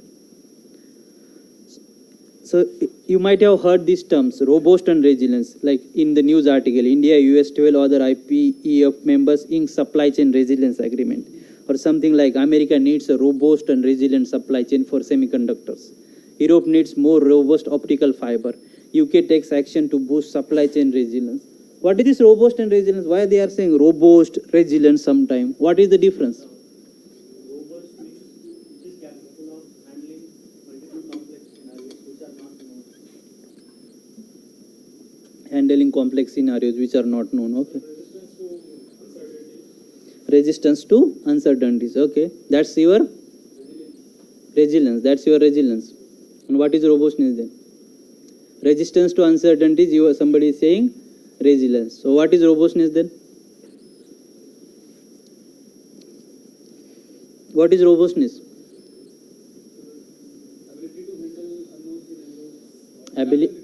Ability to unknown scenarios. Adaptability. That is your robustness. And he is also saying the same thing. But he is saying about resilience. Ability to handle uncertainties, uncertain events. What is it? Simple, guys. Robustness, how long you can manage those uncertain events before you fall down, before your supply chain collapses, or before your supply chain stops supplying you the products. Robustness, before the occurrence of any uncertain events. What is resilience? That event occurred. Now what's your job? Something happened. Supplier stopped supplying you delivery. You had an earthquake, flooding. Event occurred. What now? Minimize the effects. Then minimize the effects. And then what do you do when you minimize the effects? Then yeah, what? Return to your original performance level. Suppose before the occurrence of event, your profit is 1 million. Okay? Your supplier delivery happened, delivery shortages, earthquake happened, COVID happened, something. Your profit went down to 500,000. Initially it was 1 million. Now your profit is 500,000. Now event occurred. Now you want to recover and come to your original position. You can come to your original position or you can go up as well. That's called resilience. How fast you can come back to your original position or you can go up to more than that, that is called resilience. Okay. So when you say robust supply chain, resilience, robust means you can manage these unexpected events up to certain level. How long you can take those events, that is your robustness. Okay. Suppose one of your suppliers stopped supplying you the products and you cannot make products today. Means your factory is closed. Your supply chain is not robust. Why? Because that event occurred today and you cannot manage that event for one day as well. Robustness. And resilience, suppose something happened today, delivery delay, earthquake, flooding, like in Nokia Ericsson case, Philips took almost 6 months to come back from that original position, to come back from that event. So that is not a resilience. Why? Because it is a huge amount of time, 6 months. Okay, you should use your resilience strategies to come back to your original positions. So robust, things that are simply observe disorder and step. Robustness means how long your supply chain observes disorder or uncertainties, risky events before its disruption. How much can you take before you fall down? That's your robustness. Resilience means how long does it take you to stand up again when something, example, your spring, when you apply pressure, it changes its shape. And when you release it, how fast it comes back to its original position? That is called resilience. So basic process of risk management, risk occurs because of uncertainty. Uncertainty is first, then risk, and when risk occurs, means there are some possible events, potential events that they may happen in the future, and in order to manage those possible events, you propose some responses, some response strategies. So that is your alternative responses, and when you use those alternative responses to manage those events, then you see the impact of your responses. Okay, suppose supplier shortages is there, you go with the backup supplier, you ask them to supply the additional products. Okay, so you decided that now backup supplier is the option for your main supplier shortages. But when you do that, then again you check whether your backup supplier is supplying you the products on time or not. Okay, so that is the consequences of that responsive strategy. That's the risk management basically. And main task in risk management, there are three important tasks. First is the risk identification. Identify the potential events in your supply chains. Then you need to analyze them. What is the need of analyzing them? Why don't you directly, suppose you find 10 events, why don't you manage those 10 events? What is the need of second stage? How much it impact on the To set the priority. Yes, to set the priority, because sometimes we don't have the sufficient budget to manage all those events. So you should focus on the most significant risk. When they occur, they may affect your supply chain significantly. You may incur severe losses because of those events. So how do you prioritize? Then you analyze those events and you prioritize. This is your top risk. This is your second risk, the blah, blah, blah. And at the bottom, you have got least significant risk. So you don't need to worry about those least significant risks. Why? Because if those risks will occur, they will not significantly affect your supply chain. That's why you need to focus on the most significant risks. Then third one is designing the appropriate responses. What is the purpose of or role of this designing appropriate responses? What basic thing we need to consider when we design the response? Suppose there is a supply shortages from your supplier, one supplier. You go and because of their supplier shortages, you may incur say £1,000 loss. Okay, £1,000 loss. Now you can avoid that loss by going with your backup supplier. But backup supplier will charge you £1,500. Do you go with the backup supplier? Do you go with the backup or do you incur the loss from your main supplier? What do you do? Obviously, you don't go with the backup supplier. Why? Because the cost of making that change is higher with the whatever the loss you are experiencing. The loss is happening £1,000, and then the action that you are taking, that action needs £1,500. Unnecessary, you are paying 500 additional.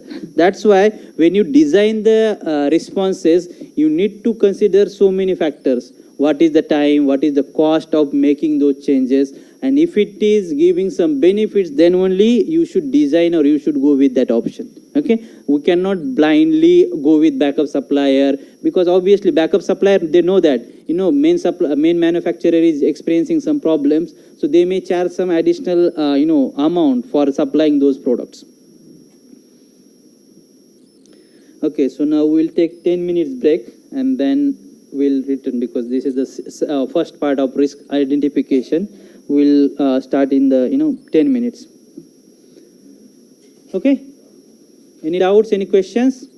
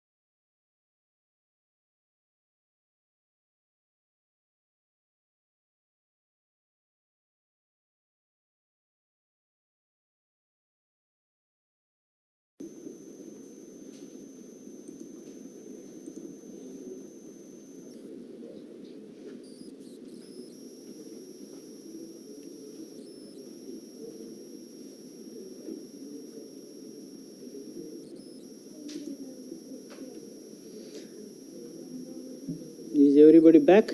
No.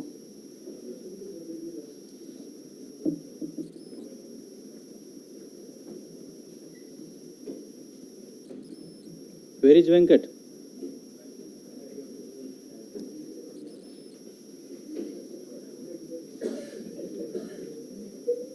Inform your friends if they are outside.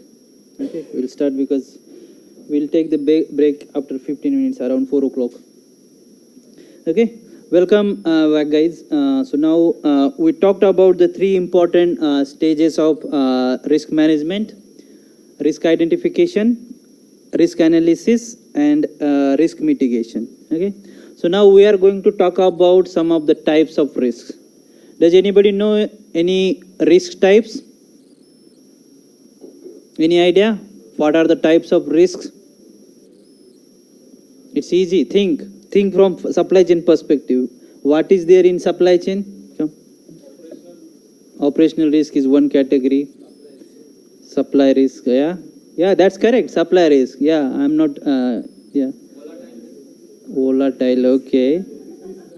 Anybody else? So you said supply risk. What is supply risk? Tell me now.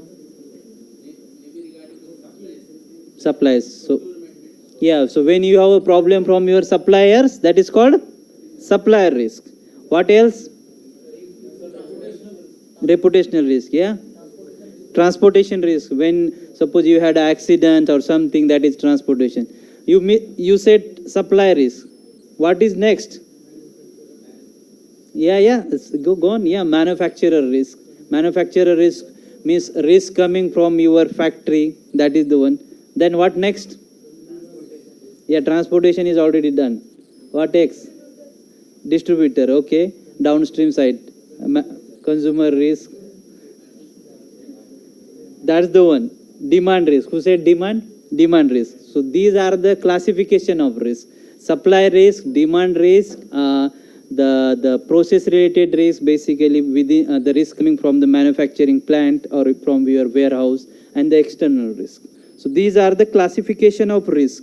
So internal risk. Internal risk means risks that are coming from your factory. Okay, what is your focus organization? Suppose your focus organization is manufacturing plant. What could go wrong in your manufacturing plant? Tell me. Suppose your focus organization is manufacturing factory. What could go wrong in your manufacturing factory? Fire. What else? Power supply. Okay. Machine breakdown. What else? Labor strike. Okay. What else? How could it is within your factory? I am talking about within your factory. Machine failure, machine breakdown, accidents, uncertain natural events. Yeah, so they may occur from external environment. They may not come from the within your factory or within your warehouse. Machine breakdown, your accidents, fire, something happens.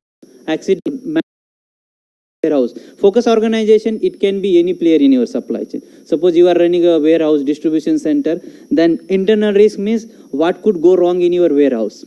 Suppose there are no sufficient laborers to move your goods, forklift trucks are not moving properly, something good go wrong in your warehouse, in your distribution center.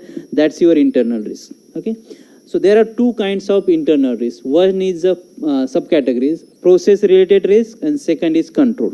Process related risks come from the inherent operations of that one. Inherent operations, as I said, machine breakdown, some accidents, IT, the failure in your manufacturing plant. Process, what are the processes in that manufacturing plant, distribution center, and the events that are affecting those processes. Second one is the control risk. So what is this control risk? Control risk means the managers in that warehouse, distribution center, or in that manufacturing plant, they take some decisions. What kind of decision? What is my inventory level? How much safety stock do I want to keep? The risk coming because of these decisions taken by the managers, it is called control risk. Okay, suppose my safety stock I haven't set properly, so I may face overstocking, understocking, or my inventory level is not good, the batches and all those things. So that's the control related risk. Two categories. Then you have got the supply side risk. We call it as supply risk, supply chain upstream risk. So the problem from your supplier side, supplier shortages, a delivery problem, or you receive the delivery but the quality is not good. Okay, you receive the products but the quality is not good. So those kind of things. And it could be from any supplier, tier 1 supplier, tier 2 supplier, tier 3 supplier. It could be from any supplier. Then customer side risk.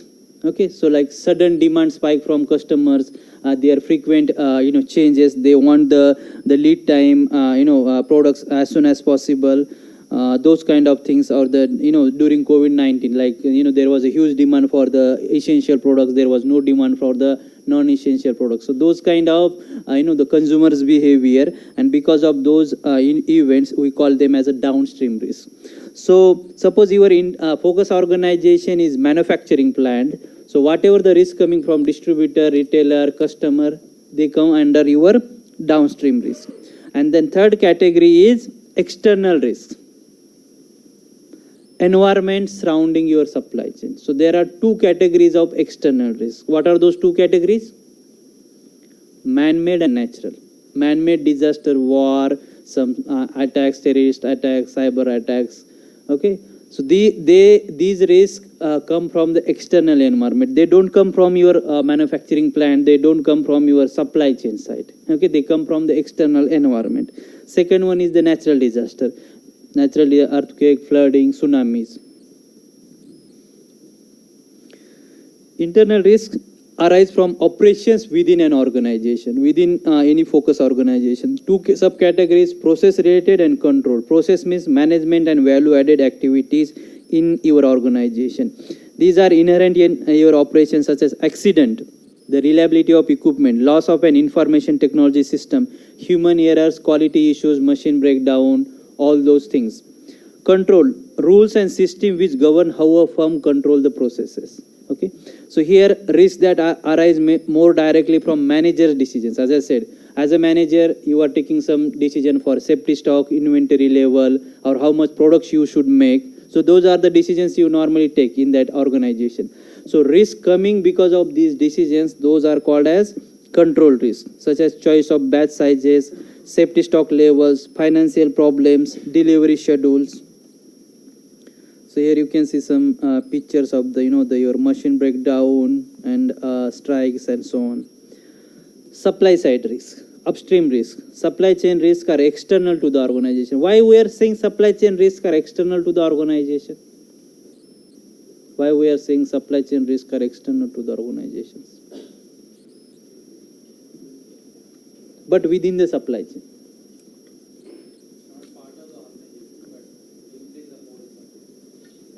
First category is internal risk. Risk coming from within your factory, within your warehouse. When you go outside that warehouse, it is called external. That's why supply chain risks are external to your factory, external to your warehouse, but they are within your supply chain. These occur from the interaction between the members of supply chain and are principally risk from suppliers. Reliability, supplier failure. Supplier failure means one of the suppliers stops supplying you the products because of bankruptcy, like in a Land Rover case. UPF Thompson stopped supplying you the products. Why? Because of bankruptcy. Supplier commitment. Supplier initially committed that they will send you the products in 1 day, 2 day, 3 day, but they couldn't. Supplier commitment. Supply costs. Suppliers are sending the products, but they are charging you more cost, more prices. Supply costs or outsourcing sometimes. These are some of the examples. You can say Jaguar Land Rover halts production at UK plants due to pandemic shortages. The global toilet paper shortages. Online retailer Ocado warns of shortages as supplier cut choice. So delivery problems, industrial actions. So whatever the unexpected events coming from your upstream level, tier 1, tier 2, tier 3, tier 4 suppliers. So that's your upstream risk. We call them as a supplier risk as well. Downstream risk. Risk coming from your downstream level, downstream members. It could be your distribution center, retailers or customers. Risk from customers, demand risk. Variable demand, sudden spike in demands or sudden drops in demand. Payments problems with order processing.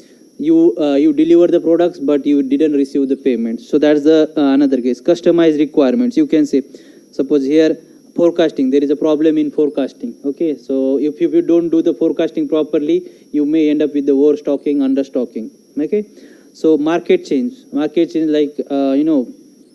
if suppose market is doing something else, and if you are not following that trend, so you may face some problems. So you need to see the trends as well. Like I think on first day or second day I told you there is a new trend going on, live stream shopping. We know online shopping, all those shopping, but live stream shopping is also there. Live stream shopping means some influencer or celebrities, they come online, they give the advertise the products, and you can do the shopping. Okay, so that is called live stream shopping. Again, so you need to follow those things. Sometimes if customers are more interested in those kind of trends or those kind of things, you need to also make changes in your strategy. Customer preference change, essential. If customer wants more essential products, then you need to make the changes. Technology change, again, if there is a new technology and if you are not following that technology, then you may again suffer some losses there. External risk are external to the supply chain. Why? Because they don't come from the factory, from supply side or from demand side. They come from the external environments, and there are arise from interaction with its environment. Man-made, war, economic risk, societal risk. Societal risk means some kind of pandemic or those kind of things. Political risk, change in regulation, legal risk. Suppose suddenly you are exporting something in, for example, in US has now increased the tariffs. Man-made risk. Okay, security and terrorism, cyber security, strikes. Natural disasters means geological disaster, earthquake, eruptions, then hydrological disaster, flooding, tsunamis, meteorological like droughts and wildfire. So these are the two subcategories of your external risks: man-made and natural disasters. So here is the overall picture of the risk categorization. For risk is basically the combination of your probability of occurrence of that risky event and what is the impact. Okay, probability of occurrence of, and then what are the consequences, impact. So we have got, first is the internal risk. Internal risk, you have got two subcategories: process and control. Process means the risk coming from your operations, equipment reliability, limited capacity, bottlenecks, inflexible processes. Control means the risk coming from your decisions as a managers, poor visibility, lack of collaborative planning, or bullwhip effect. Why bullwhip effect affects? Because of the lack of visibility. You don't know the exact demand from customers, retailers, and that's why bullwhip effect. Amplification in demand from downstream level to your upstream level. So that's your control risk. Then you have got supply and demand risk. Supply side, dependency on key supplier. Ericsson and Nokia, Land Rover and Thomson, good examples what happens when you depend on the single supplier. So that's the supplier risk. Quality and management issue. Okay, your suppliers are sending you the products on time, but quality is not good. What is the use of that products? Offshore sourcing issues. Do you know this offshore, onshoring, nearshoring? Have you heard this term? Offshoring, nearshoring, onshoring, sourcing issues. No? Nearshoring means your manufacturing plant is here for example, in India, and your suppliers are located near to your countries. So that is called nearshoring. Offshoring means your manufacturing plant in India, but your suppliers are located very far from you. Offshoring, because of the availability of raw material, cheap labor, you do that.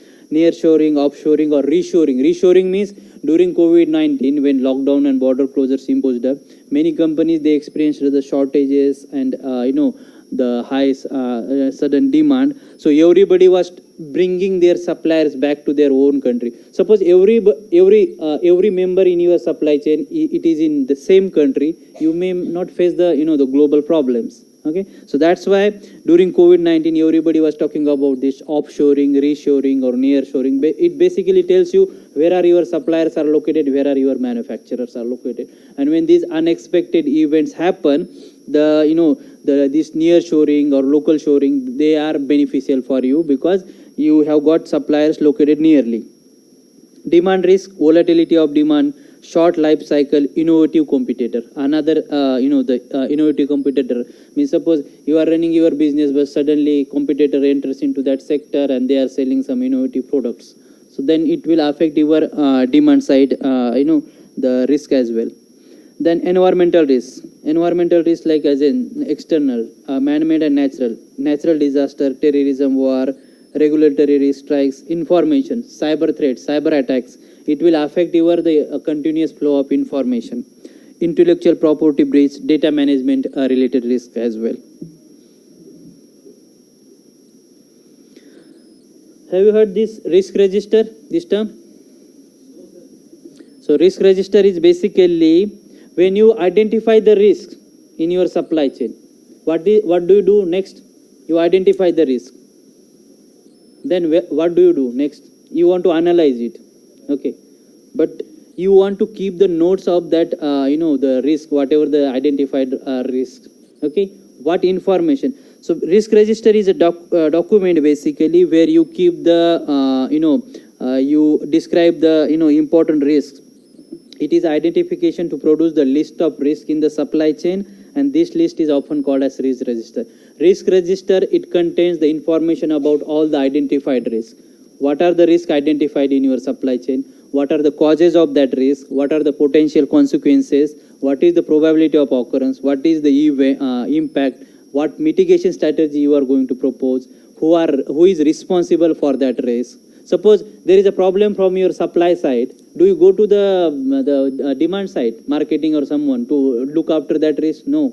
So who is responsible in your organization to manage that risk? So here risk register document may contain the description of the risk. Suppose delivery shortage is there, you add the description, what is that problem, when you had that problem, what is the source of that risk, what is the likely impact of that risk, what is the probability of event happening in that event, what is the possible mitigation, what are the consequences of those risks. Okay, illustration of a basic risk register. You can see these are the risk identified. Okay, date recognized, when you identify that risk, who is the owner, who is responsible to manage that risk, what is the description of that risk. Okay, suppose supplier delivery shortages is there or supplier delivery problem, write down the description of the impact, probability, consequences, all those, what are the causes. So this is just one example, but it depends on the company, it depends on the individual what you want to add. Okay, you can, but this is just general description of risk register. So now we talked about the risk register of t-shirt supply chain. Tell me some risky events in that t-shirt supply chain. First one is we talked about supplier side problem, weather, droughts. Because of that, the raw cotton may not be good or may be insufficient. So this is one example of risk register for t-shirt supply chain. Risky event, risk ID. Risky event is cotton crop failure. Your crop may not be good because of why? This is risk category, whether it is environmental, external, internal, this is a risk category. What is the cause of this event? This is drought, pest, climate change. These are the causes of this risk. What are the consequences?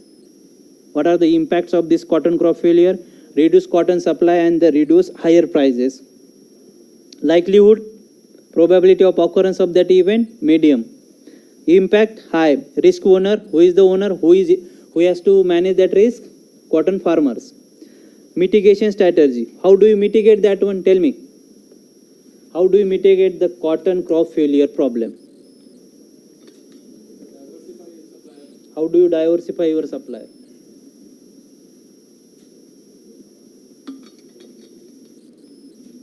How do you diversify supply? Sorry? Yeah, you are saying go to the other suppliers, alternative suppliers. But from where? We are saying cotton crop failure because of drought, pest, climate change. Suppose in US, one region is facing this problem. You should have the suppliers in another region, not from the same region. You are saying diversifying, but again, you cannot go in the same region. Why? Because the whole region is facing that problem. So diversifying means you need to go with the alternative suppliers, not in the same region, but in different regions. Use drought resistant seeds. Sometimes you could do that as well.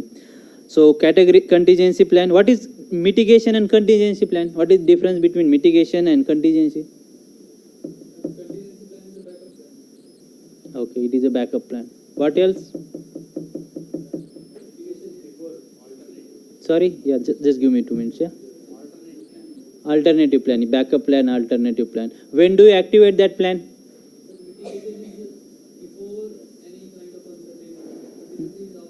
Yeah, that's the one. Mitigation plan is before the occurrence of that event. Crop failure you are saying, but before the occurrence you do something. What you do? You go with the alternative supplier, you do the crop drought resistant seeds. But despite these mitigation plans, suppose that event happened. Now what? Event happened. Now you need to reduce the impact. Now that is called contingency plan. Source from alternative reasons. And detection method means how you are gonna detect that event. Weather, monitoring, supplier, reports. Recovery time is basically with how much time do you need. Factory fire, again operational risk, cause poor safety standards, consequences you can say production delays, worker casualties, likelihood impact. Risk owner, who is the owner for factory fire? Factory owner. Mitigation, enforce strict safety regulation audits, relocate production, insurance claims. When this, the Bangladesh, China, when they experienced these problems recently, many suppliers, they started moving their plants in the India. Okay, so this is the reason. Relocating your production, insurance, claims or those kind of things. Safety inspection, compliance reports, labor strike, social category, poor wages, working condition. Consequences, production stoppage, shipment delays, likelihood medium, impact medium, risk owner, factory management. How do you mitigate that? Improve the wages, improve the working condition. Contingency, okay, despite improving wages and increasing the salary, whatever, your employees, they did the strike. What now? Go with the emergency or temporary worker, negotiate with the unions. Those are the things. Employee, how you detect those the events? Through employee feedback, union discussions. Supplier bankruptcy, best example is UPF Thompson and Land Rover. Financial risk category, financial instability, consequences, disruption in fabric, material supply, low, high, risk owner, procurement team. Work with the multiple suppliers, financial waiting. Supplier bankruptcy, you need to have multiple suppliers. And then contingency plan is activate backup supplier, adjust the orders. Detection method, financial health monitoring audits. Okay, because many, do you know, can we access the financial health, guys? Financial health and records of the companies? Can you access it? Why? Why can't we access it? Yeah, easily. You don't need to go anywhere. Just check their quarterly annual reports and you see whether how much profit they are making or not. On that basis, you can find out, okay, whether there might be some problem, financial problem from this supplier. Shipment delays, port congestion, logistics, global logistics issues, missed retail deadline, stocks, high, medium logistics provider. You can use alternative transport routes, ship to air freight, local suppliers. Okay, and these are some of the additional, risky events, ethical sources, violation, consumer demand fluctuations, cyber security breach. And in Nokia and Ericsson case, risky events, suppliers, semiconductor supply shortages, operational, causes fire at Philips semiconductor plant, consequences, risk owner, supply chain team, mitigation, multi-sourcing, increase safety stock, contingency, secure alternative suppliers, production delays. So production delays happen, but because of what? Because of supplier shortages. So this is a secondary risk, you can say. Main problem was suppliers, semiconductor chip shortages, but because of that semiconductor chip, now you are experiencing the another risk. That's the production delays. Then financial losses, single sourcing dependency, lack of supply chain visibility. These are the some of the risky events you can see there. So now we'll take the 10 minutes break and then we'll continue the risk analysis after that.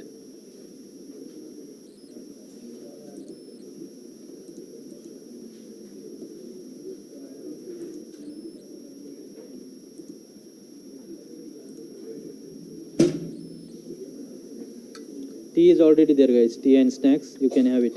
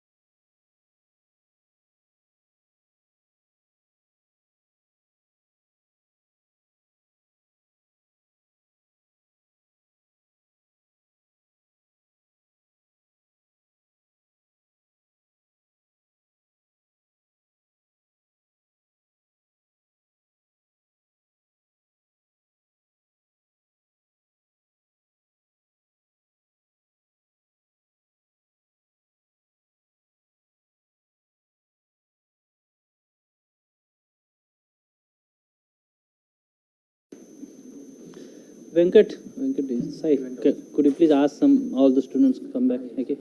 Yeah.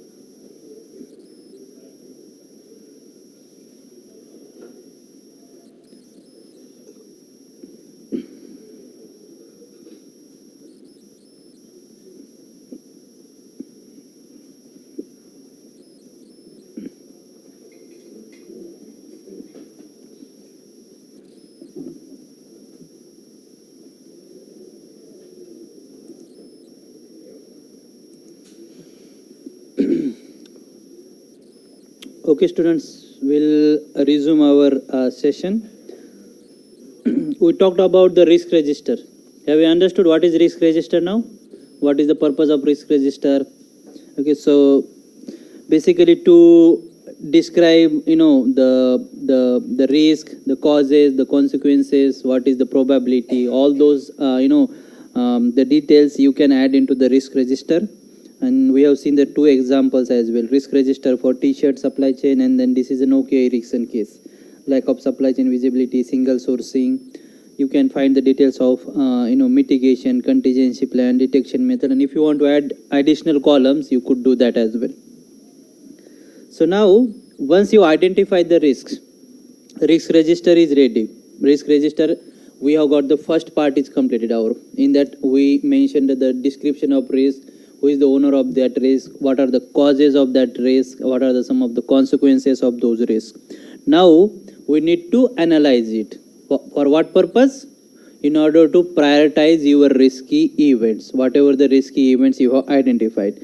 So there are basically two ways to analyze or to evaluate your risk. First one is the qualitative way, second one is the quantitative. So what do you do in the qualitative? Basically we try to identify or analyze the nature of the risk with qualitative description of the risk, consequences with a qualitative view of potential losses or gains, likelihood whether the risk will be materialized. So basically you try to use some qualitative terms like probability of occurrence, you say low, medium, high. Then the impact, you can say minor impact, major impact, significant impact. You don't use any numerical terms, numerical ranking like the 4, 5, 7, those kind of things. So that's the qualitative approach. And normally when you do the when you take the opinion, experts experts opinion, at that time you go with this qualitative one. Okay, so you can ask the experts, these are the identified risk, we identify the risk. Now as per your knowledge, provide us the information for probability of occurrence, impact, all those things. Responsibility, ownership of the risk and responsibility for its control. So whoever person is available in that organization to manage that risk, we take the opinion of that person as well. Stakeholders, people affected by the risk and their expectations. So take the example of societal risk. If workers they are not getting the good wages, they are not the working condition is not good, then you have a chat with those affected people. Objectives that risk management is trying to achieve, relations to ship to the other risk, subsequent changes to operations, current methods of risk management, and so on. So by definition these risks they are limited by not giving any numerical measures. So qualitative means all subjective, we don't collect any numerical measures for this one. When you add some numerical measures, suppose you are saying low probability of occurrence, numerically you are saying 1, then medium 3, then high 5. So 1, 3, 5 you are assigning some number to that subjective term, that is called quantitative way of analyzing the risk. Then similarly For impact, you have got the minor impact, you have got the major impact, significant or catastrophic impact. So you again assign the number to each your subjective term, that will become your quantitative one. Okay. So this gives a precise and objective description of the seriousness of a risk and its consequences when you do the quantitative way.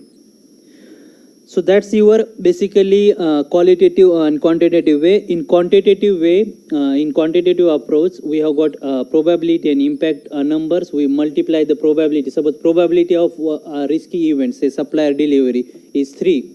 3 is your numerical measure. The impact is say 5. You multiply 3 into 5, you get 15. Okay, this is one event. Then you have got additional event. You have got the numerical measure for probability. You have got the numerical measure for impact.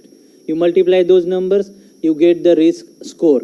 So then on the basis of those risk score, you prioritize the risky events.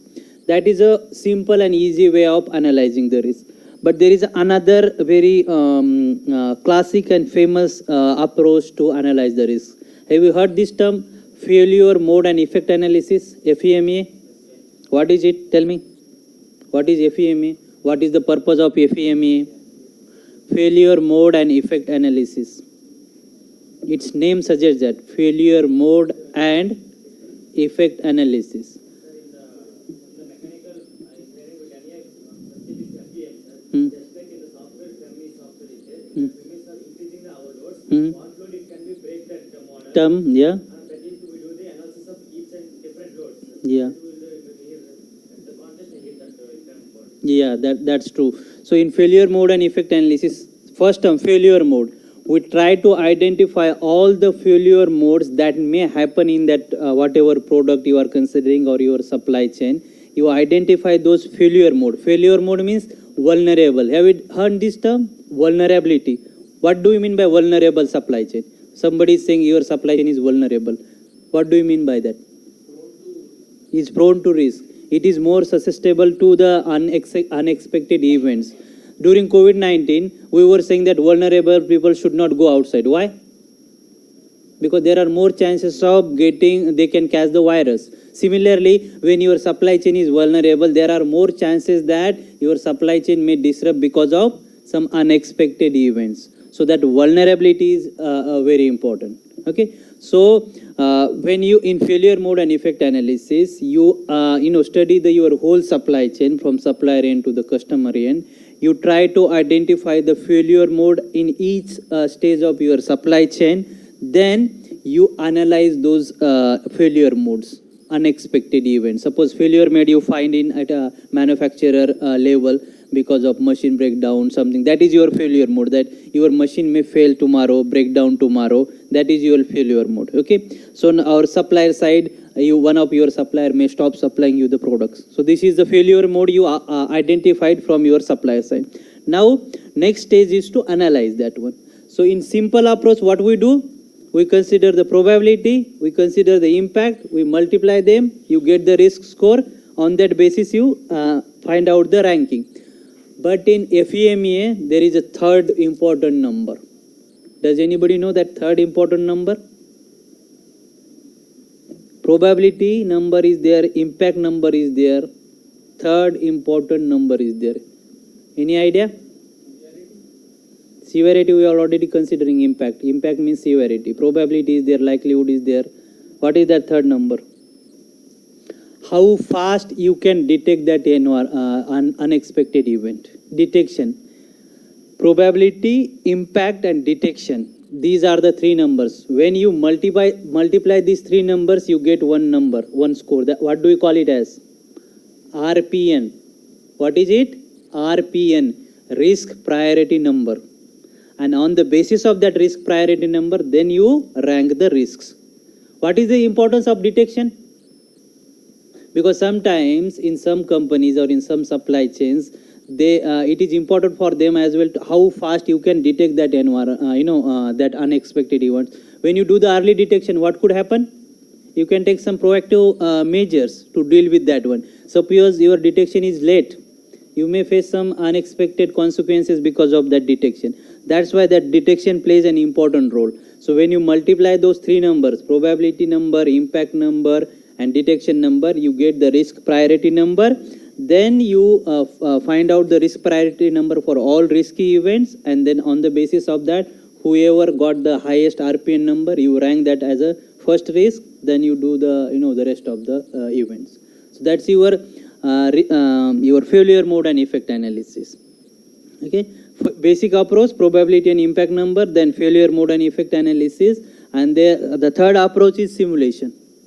You could do the risk analysis using simulation. I will teach you that in simulation how you can analyze these risky events. Basically, what you do, you model the supply chain network, run the model without any disruption, without any risky events, find out the KPIs.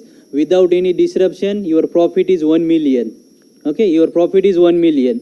Then add the disruption events, add the event, fire is there, flooding is there, tsunami is there, something is there, supply shortages, or add those events, then run your model and see what is the impact on your profit, cost, all the supply chain performance. So then suppose there are three events, fire, flooding, tsunami.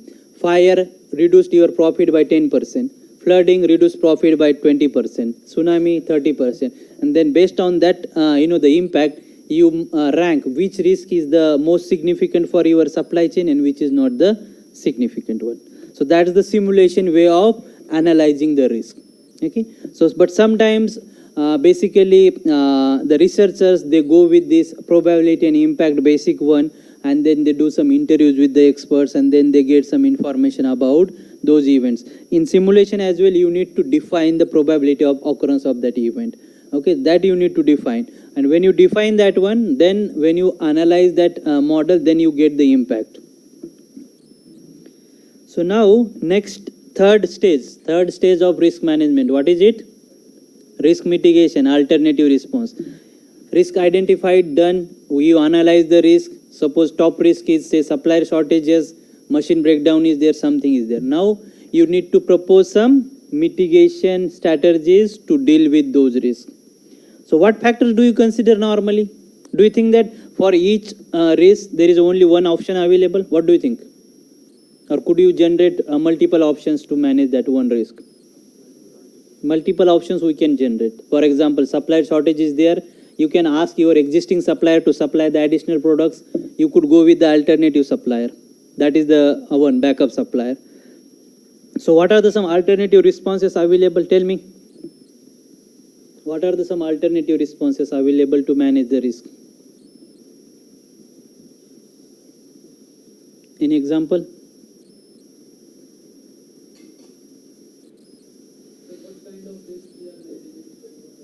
Yeah, what kind of risk? But I am saying that any risks, whatever supplier shortages, demand risk, whatever, what kind of mitigation plan you can propose?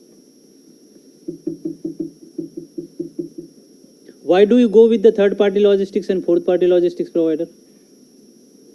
What is the reason? Suppose you are a OEM, automotive manufacturer.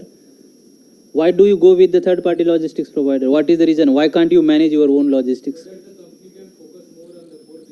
Yeah, so that you can focus on your own expertise. Okay. Then third party logistics provider, fourth party logistics provider. If something happens, who is responsible for that one? If suppose while moving something happened, accident, breakdown, something, you lost your products there, who is responsible for that? Third party logistics provider. So when you go with the third party logistics provider, what you are doing basically? Transferring the risk to where? To other party. So that is one way of managing the risk. You don't want to take the risk. You are transferring the risk to the other members. That's the one. Another, do you take the insurance? Health insurance, medical insurance, travel insurance. What is the purpose of insurance? To recover. What else? Accidents. Suppose somebody has an accident. Who will pay for the damages? Do you pay or somebody else will pay? Insurance company. Insurance. What do you do there then basically? You transfer your risk from your side to insurance company, and for that you pay the premium, whatever the. So that's the another way of managing the risk. What else? Transfer, insurance, what else? Easiest option is accept the risk and don't do anything. Whatever it may be, accept the risk and don't do it. What else? Suppose you are working in a company, and that company is outsourcing majority of the production to the outsiders. What would you do as an employee? Suppose you are working in a company, that company is outsourcing. Do you know outsourcing? Okay. Suppose you are working in a company, that company is outsourcing 70% of that whatever the production to the somebody else. What would you do as an employee? What would be the impact on your job? You may lose your job. Why? Because your jobs, they are going with the outsiders, outsourcing. Then what would you do? You do the strike, oppose the change. That is the one response. Something is happening, you are opposing. This is happening. Suppose government today says that there will be a tariff on your income or something. You do the the protest, strike against that event. So that is one action. What else?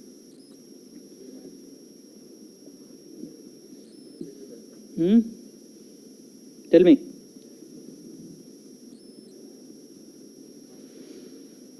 Ignore or accept the risks. When do you ignore or accept the risks?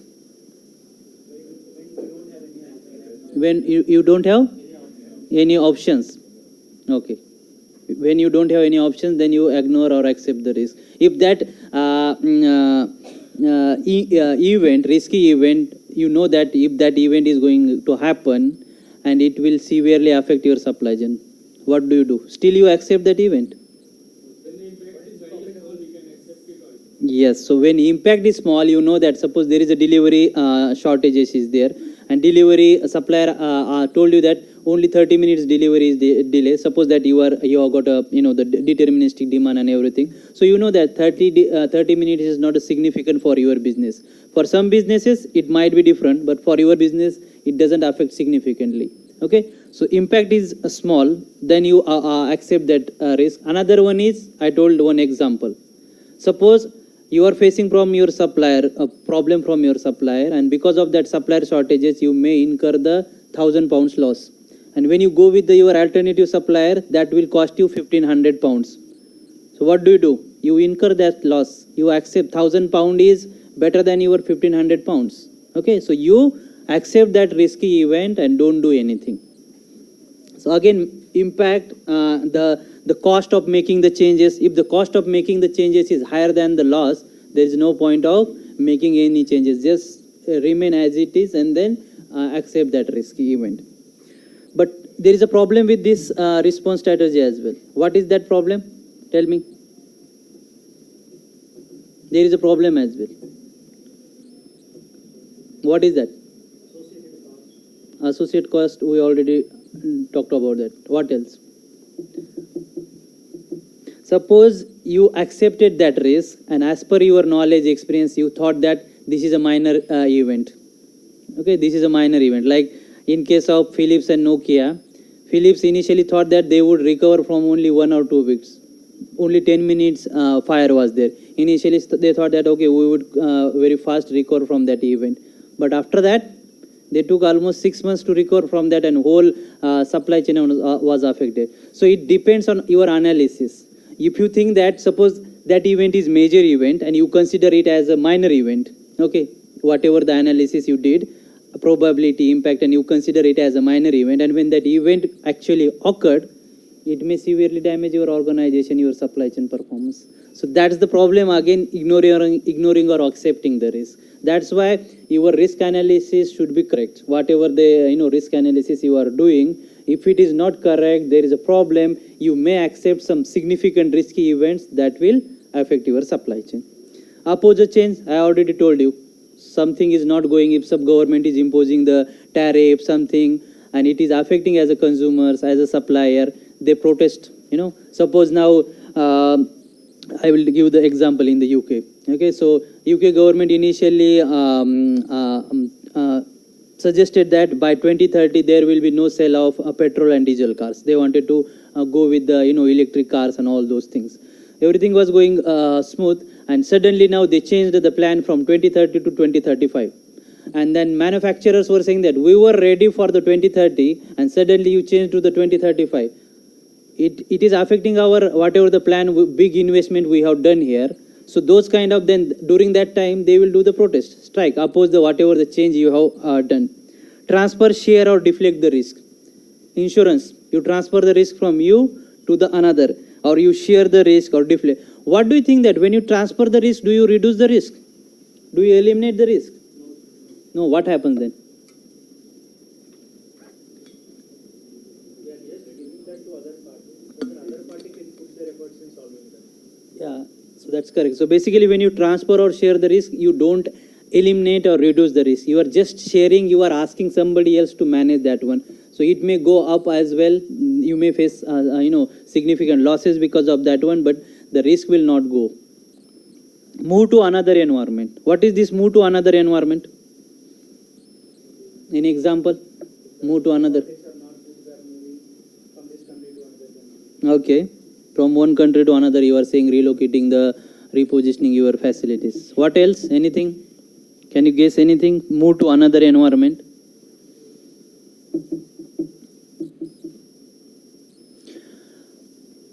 If you are running your business in one sector, suppose you are a producer or supplier of chemical, and you are incurring the significant losses into that one. So instead of doing that chemical supplier, you come from that sector, you start supplying something else. You don't need to change your locations, all of this, but just you try to change your business model. Initially, you are supplier of only chemical one, and you are incurring losses there. Now you cannot, go with those losses. Then you go. You remain into that sector, but you supply some additional products, different products. So move to another environment where you may not face those losses. Adapt to it. What is it? Adopt it. Sorry, go on. Yeah, that's good. Yes. So when you realize that event is gonna happen definitely, and you can't oppose it, you can't transfer the risk. So you have to accept that risk, and you want to make the changes in your supply chain, so that you can go ahead with this, whatever the changes or unexpected events are happening. Reduce the probability of the risks. Okay, so these are the mitigation plan basically. Tell me, how can you reduce the probability of this risky event? How can you reduce the probability of the risky event? Suppose you have a supplier shortage is your problem, and you know that you may face this problem in the future. How could you reduce the probability? By adopting some alternatives. Okay.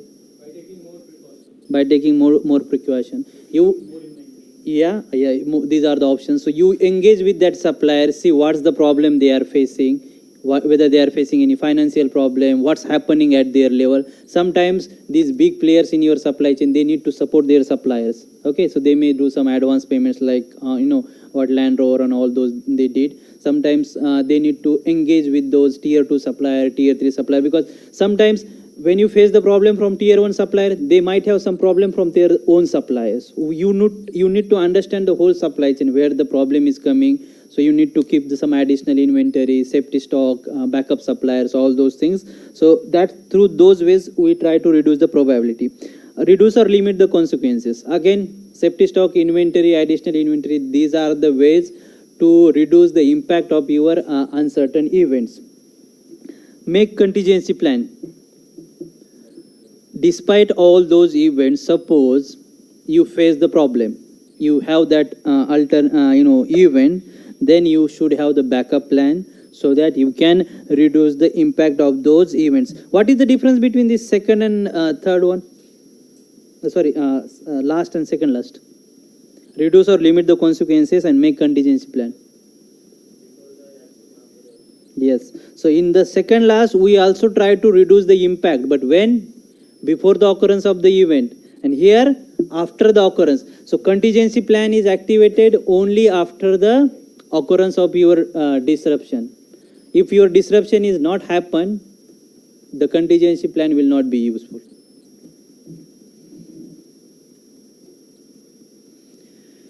Now tell me, suppose you are crossing a busy road, okay, and you can identify the main risk. The main risk is you may hit by a car.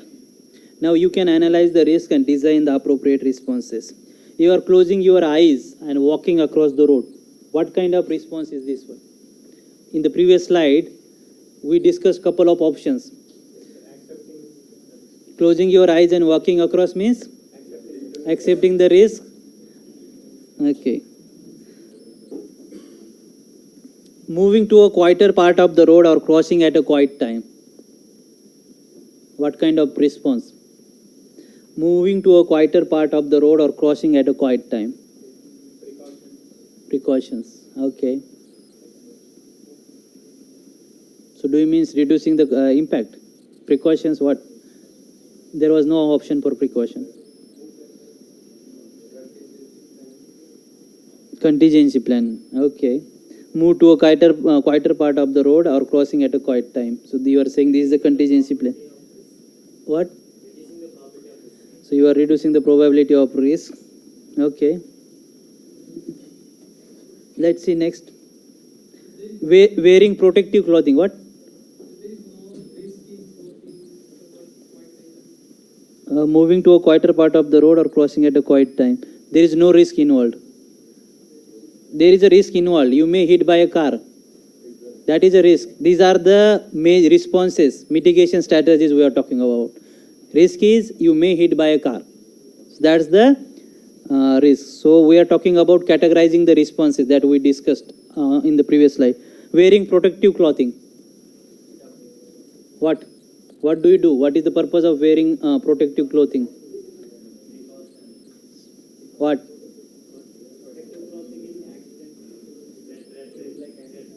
Sorry? How come this is wearing protective clothing? What, in working in a factory, why do you wear the helmet? Why do you wear the helmet? Safety. What? To reduce the impact. And how come this is accepting the risk? Wearing protective clothing means you are trying to reduce the impact of that accident. Getting someone else to cross the road for you. Getting someone, you ask, suppose Venkat want to cross, he asks his friend, can you cross for me? I will stay here.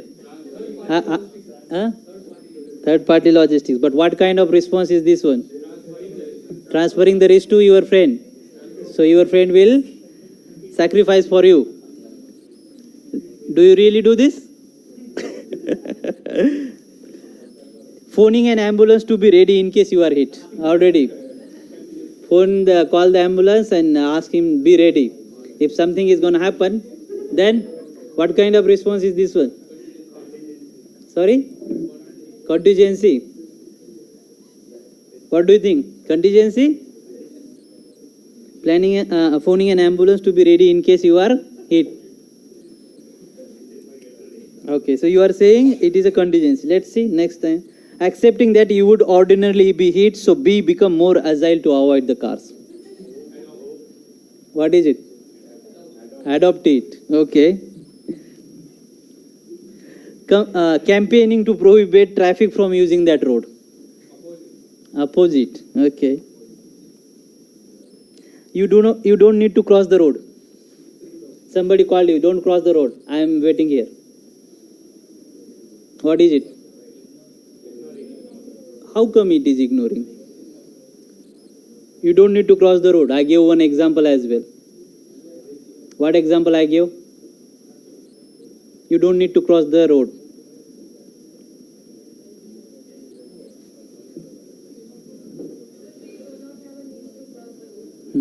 Yeah? Yeah, but what in the response categorization, which response is similar to this one? It completely fits here. You don't need to cross. We talked about ignoring, accepting the risk, adapt to it, reducing the probability, reducing the impact, transferring, sharing, then contingency plan. What else? You don't need to cross the road. Any guess? Any idea? Let's see the answer. First one is closing your eyes and walking across the road. Ignore the risk. Okay, ignore the risk and blindly cross the road. Moving to a quieter part of the road or crossing at a quiet time. What is it? What is it? Reduce the probability of being a hit. why you are moving to that quieter part, the chances of getting hit will be reduced there. Wearing protective clothing, reduce the consequences or impact. Getting someone else to cross your road, your friend, transfer the risk. Phoning an ambulance, draw up a contingency plan, okay, backup plan. Something happened, the ambulance is ready. Accepting that you would ordinarily be hit, so become more agile to avoid the cars. Adapt to it. Campaigning, oppose. And what is, you don't need to cross the road? Only one left. What is that? Somebody said at that from the last bench. Yeah, that's the one. Move to another environment. You don't need to cross the road. There is a problem. There was a risk. You move to another environment because you don't need to cross the road. You may not face the losses there. So I told you, suppose you are running a business in one sector, you are incurring the losses, you are coming out of that sector and you are setting up a new business or a new model.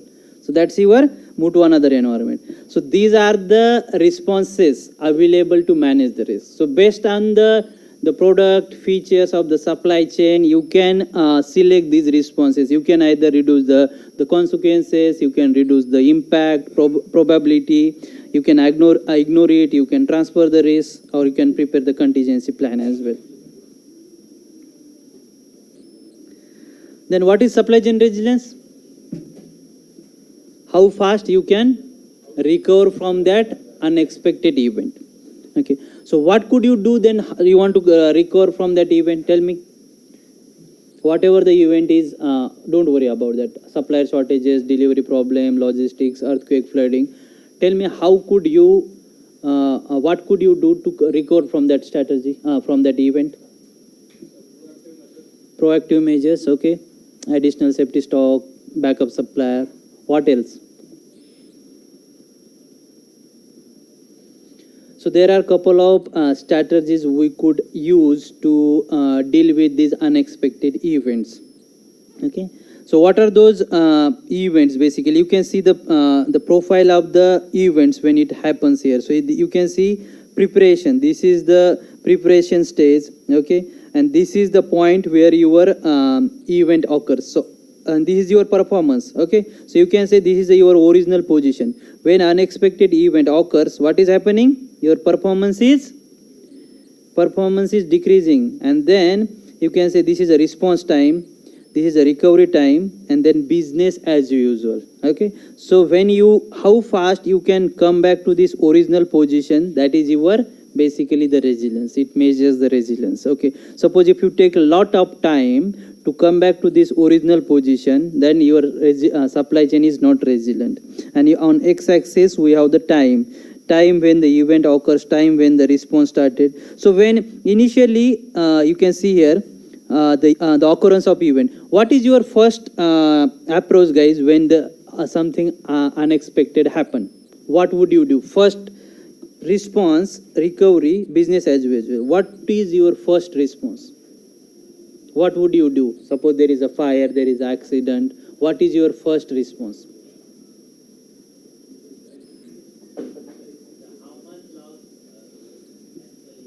How much loss is actually happened. So suppose there is a machine breakdown happen or vehicle accident, something like. Do you immediately start thinking about loss? Do you immediately? What do you do then? How to reduce the current affairs? How do you? How you can reduce the current affairs? Yes. So basically, you try to control that situation. First response is you try to control that situation to avoid the further losses. Suppose there are some machine breakdown or accidents happen in factory. You try to save the people's lives there. Okay, that's your first response, to control the situations, to make sure that this will not significantly or there are no further losses. You don't start looking up to your losses and all those things. First thing is you control the situation, you control that event, and then after that, this is your first response. To control the situations, to save the lives, then recovery. Then you start thinking about how we can come back or how we can recover from that event. So this is your recovery stage or time. Then during this time, you use additional supplier, you do the overproduction, all those things, and then you come back to your original position. And when you reach to that point, and then from there your business as usual starts.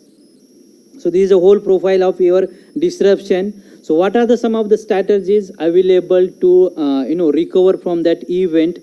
First one is the visibility. Increasing the visibility reduces the risk. How come? Tell me, how visibility reduces the risk? Tell me. Yeah, we can do the preventive maintenances. Yeah, what else?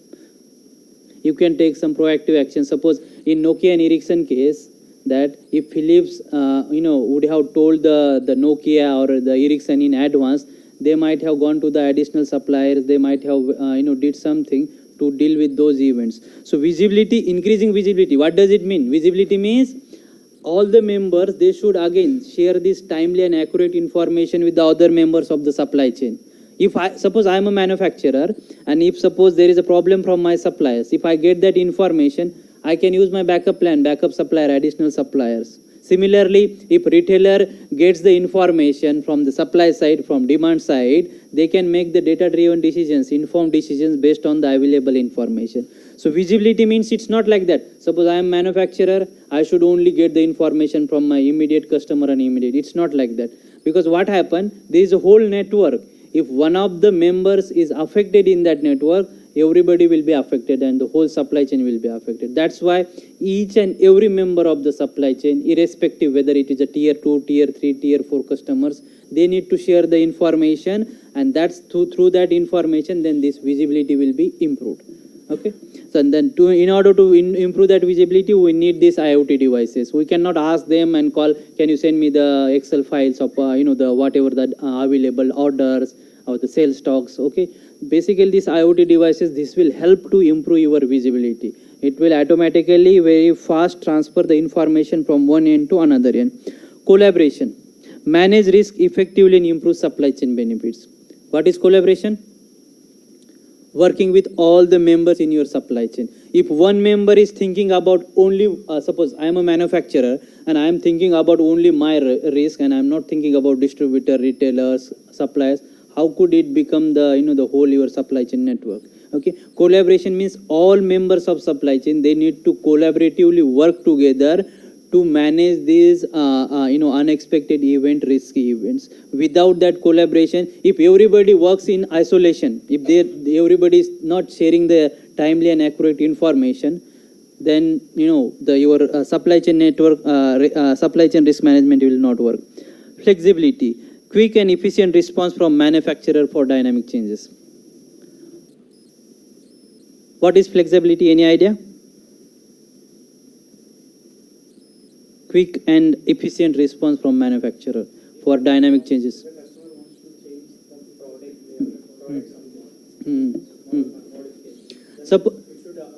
Yes, so basically whenever you experience some sudden demand changes, dynamic demand changes from the customers, your production capacity should be flexible enough to accommodate, to allow those changes. Okay, for example, I give you before 1919, I think Toyota had a plants across the world, and now as well.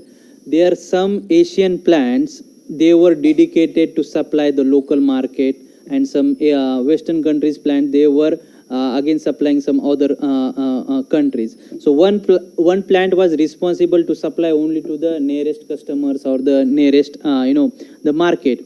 So when they experienced the recession, okay, so they couldn't use the supply or the production from the other plants to manage the demand from in the other area. So basically, what is the benefit of flexibility? Suppose your plant is supplying the products to different markets. So if there is no demand in one market, you can target the other market. Suppose you are targeting only one market. If there is a problem in that market, you may incur the losses. So that's why flexibility means you should have that flexibility to accommodate these dynamic changes from the customer end. Agility. What is agility? More rapid response to change the condition and one of the powerful ways to achieve supply chain resilience. So flexibility means you are making the changes in your supply chain network to accommodate the dynamic changes from customer. But how long does it take to make those changes in your supply chain network? That defines your agility. When you say that your supply chain is agile, it means that you are taking very short time to make the changes in your supply chain. If you are taking long time to make the changes in your supply chain, it means your supply chain is not agile. That's the meaning of agility. Redundancy. What is redundancy? Keeping some resources in reserve to be used in case of disruption. Safety stock. Best example is redundancy's example is safety stock. What is the purpose of safety stock? In unforeseen conditions or unforeseen events, you use the safety stock. So, suppose you have got two options, flexibility and redundancy. In which option, in which strategy would you like to invest? Flexibility or redundancy? In which strategy and why? Why flexibility?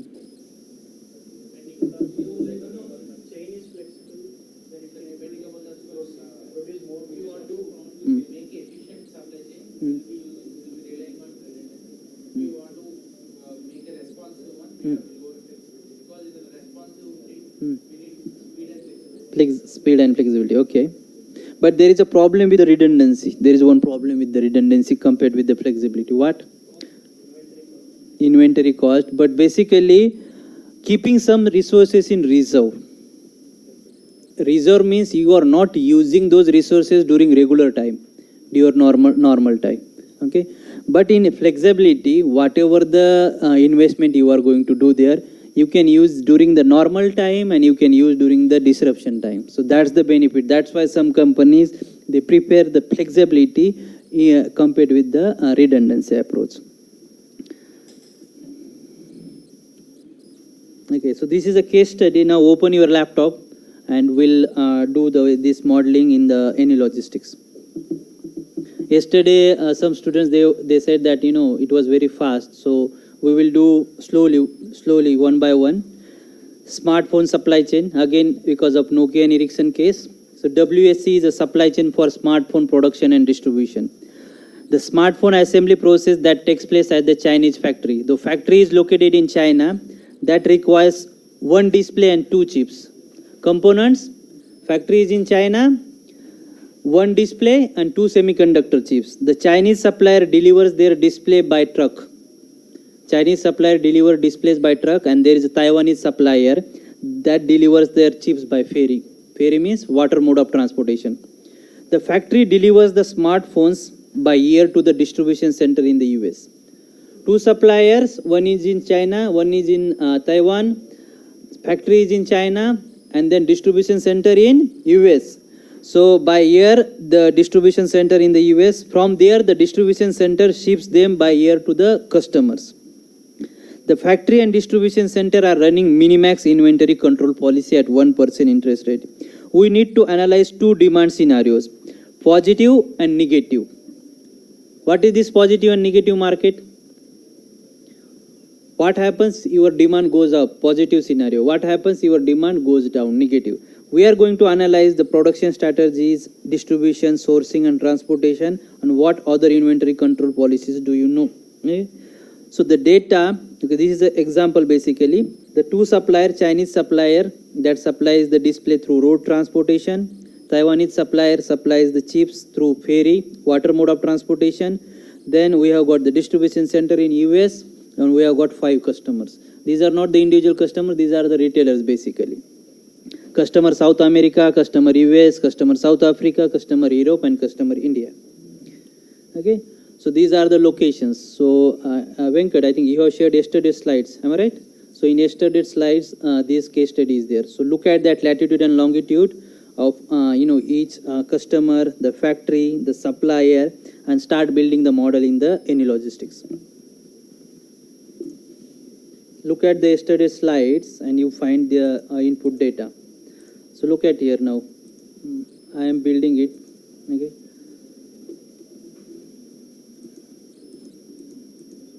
Okay, so I am saying create scenario. Let me see what is happening again here. There is some problem.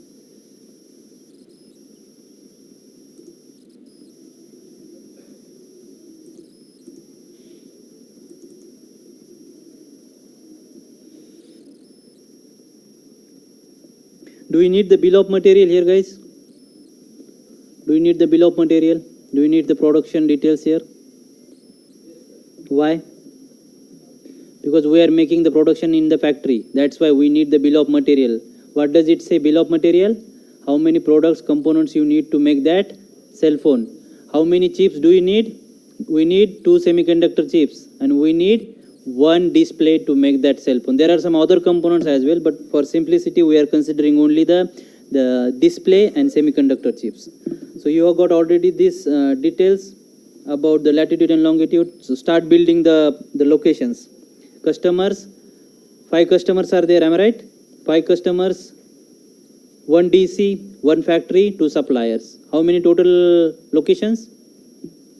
How many?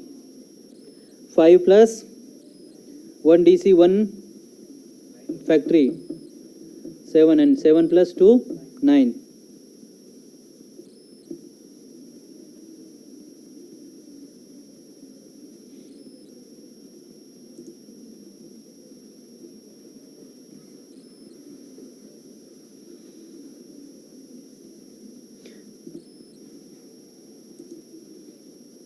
I am saying WSC supply chain. WSC is the name of that company. WSC simulation.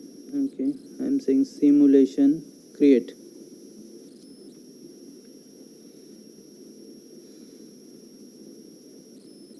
Okay, so this is created in the simulation. Make sure that sometimes, yeah, I think yesterday one student was asking why I can't run the simulation here in the greenfield analysis.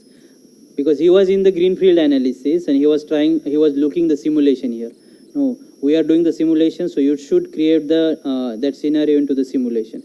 Okay, so this is my simulation WHC supply chain. This is the one I am talking about.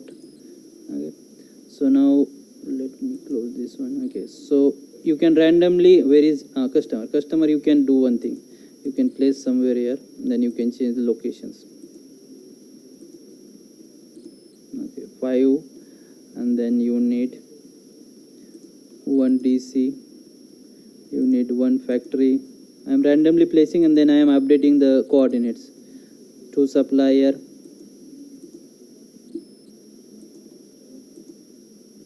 okay, so I am saying China supplier, Taiwan supplier. Tell me the coordinates for China supplier. 3150. Okay.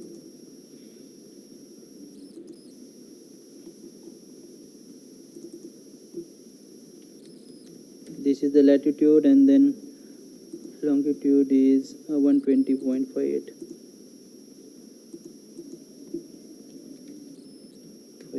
Done. China supplier done. Then Taiwanese supplier 2468.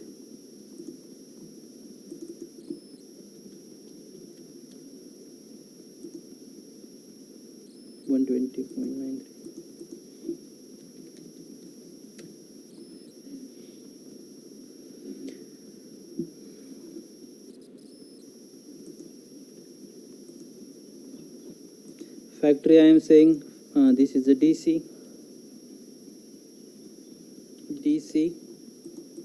and factory.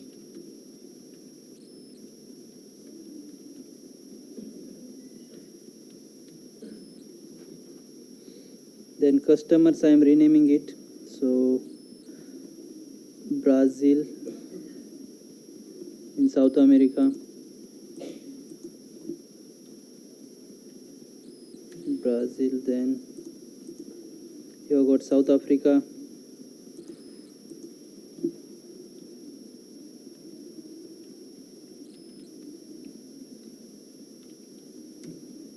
are you doing it, guys? I'm gonna see everybody's model.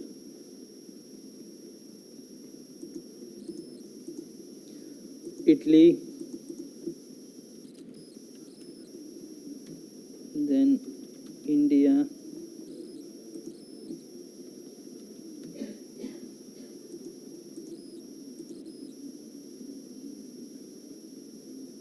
and then US, and then US.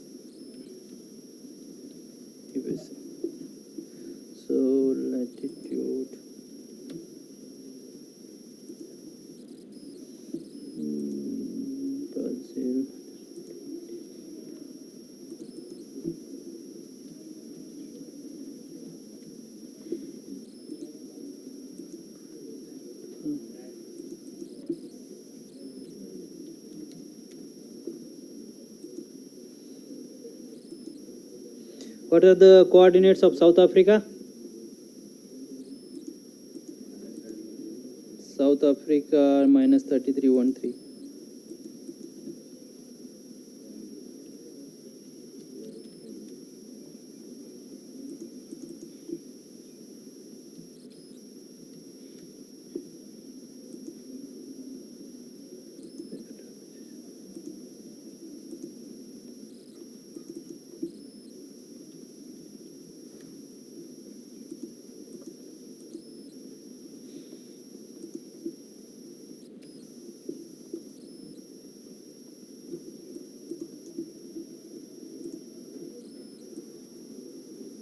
Brazil, South Africa done. Italy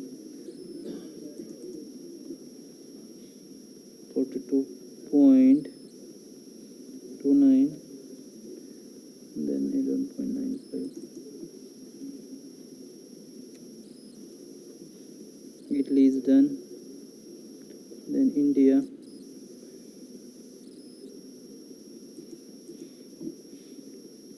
19.47 and 72.94. India is done. USA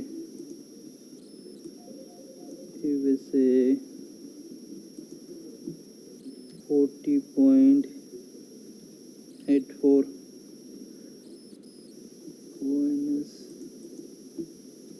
73.65. Have you created all the members? Supplier, DC, factories.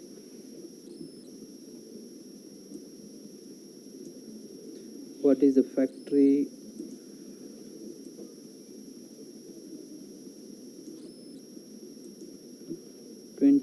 Where is the factory located? Yes, 112.85. Where is factory located?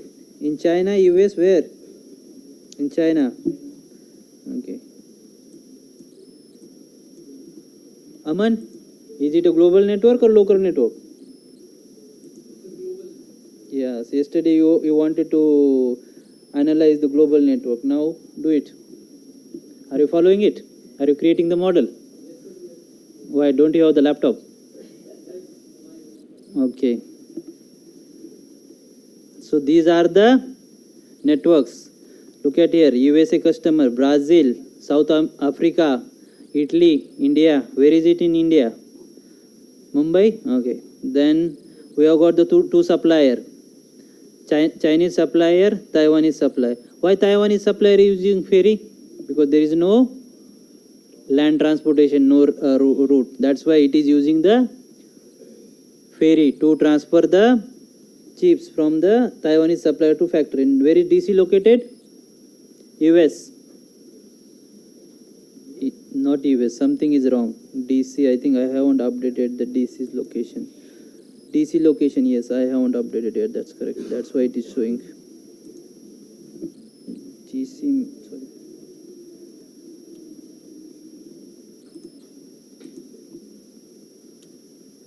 Okay, so where is DC? Okay, DC is this one. DC means 38.95 minus 123.047. Okay. Now it should come into the US. Yes. Can you see the DC? It is near to the San Francisco. Yes, near to the San Francisco. Okay. Then now start defining the parameters in the bottom left corner. Basic stuff, demand. What is the demand? Baseline scenario. Periodic demand is there. Product. Before that, define the product. Go to the product table. First one is, tell me what is my product? How many products are there?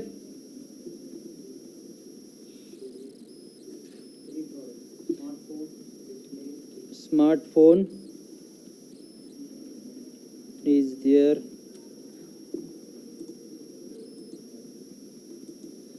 Smartphone, display and chip.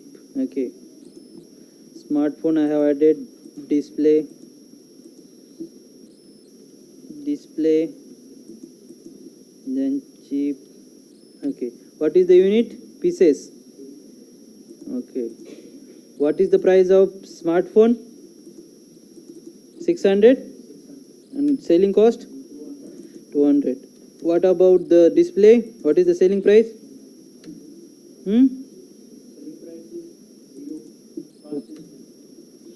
Why 0? Selling cost is 10 and 5. Am I right? Cost is 10 and 5. Tell me why selling price is 0? Why selling price? There is something wrong. Am I right? There is something wrong in that table. What is it? They are not selling, they are using for smartphone. Yeah, that's the one. Got it, guys? Why there is no selling price for chip and display? Because that is not our finished product. That is not our finished product. We are using this component to make the smartphone, and smartphone is our final product, finished product, and that's why the selling price, we are selling the smartphone, we are not selling the display. So that's why cost is there to make those components, but there is no selling price. Products done. Then we can add the vehicles as well. In the vehicle types, tell me how many vehicles do you need? What kind of vehicles do you need?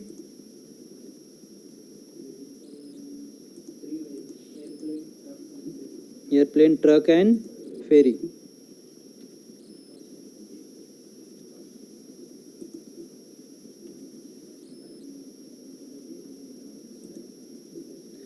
So what is the capacity of airplane? 40 meter cubic. What is the speed? 800 kilometer or miles? Kilometer. Okay. Then second vehicle type, truck. From where to where we are using truck? From where to where?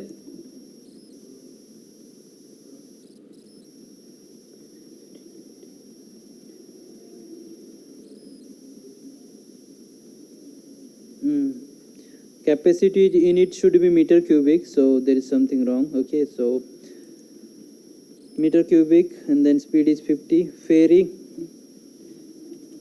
From Chinese supplier to the Chinese factory, we are using the truck. Ferry from Taiwanese supplier to the what?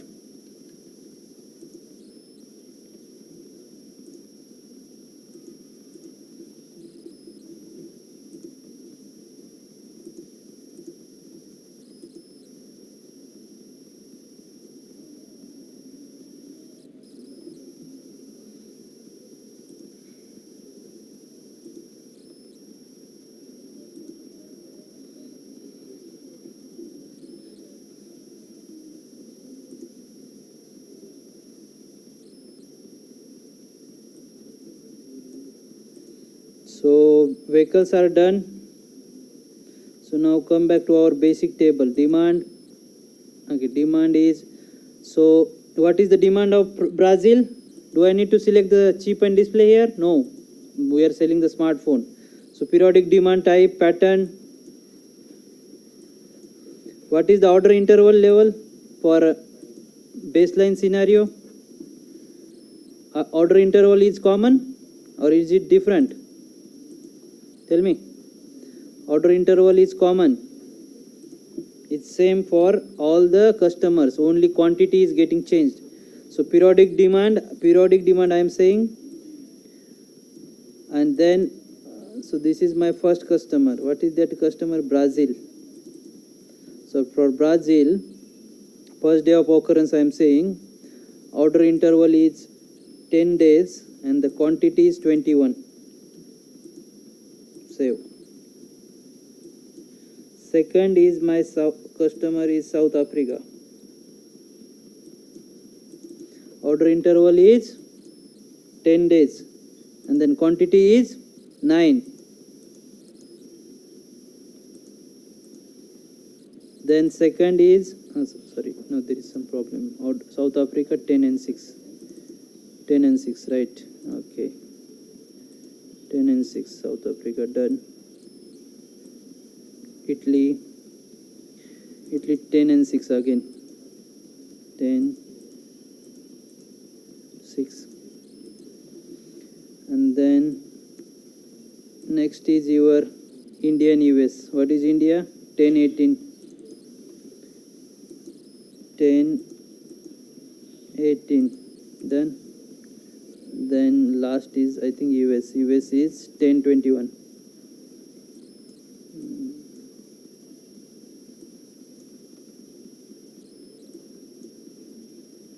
Brazil, I did the mistake. Brazil is 10-9.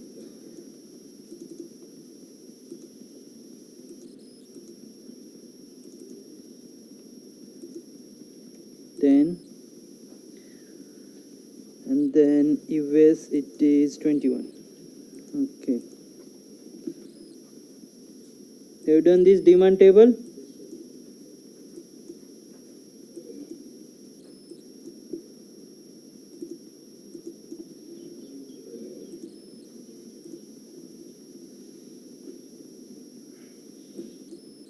First occurrence is done, USD currency, expected lead time is 30 days, time unit day, minimum split ratio is 1. Let me check the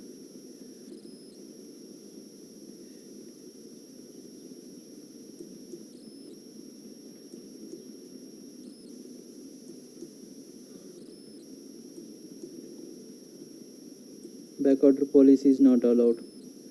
There is no back order policy, so stop it, not allowed, back order policy.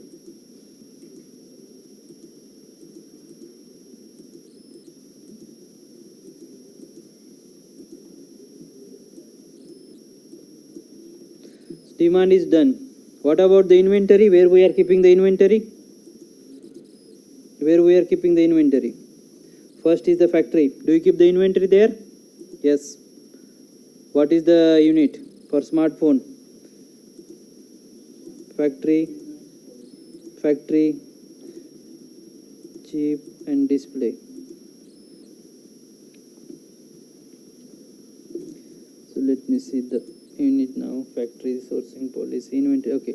So for factory, smartphone inventory policy is minimax policy, and then 30-60. The minimum level is 30, maximum is 60.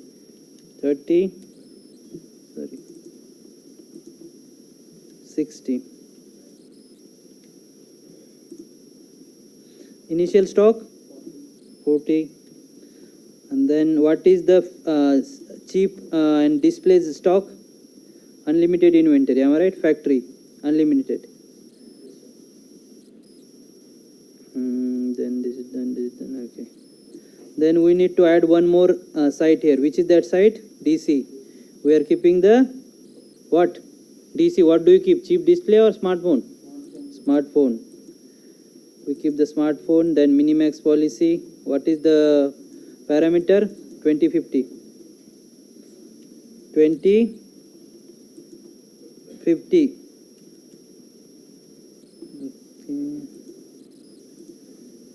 And then stock is 40. Done. Have you defined this inventory table? Any doubts? Ask me. If you have any doubts, please ask me. Inventory table is done. Then paths.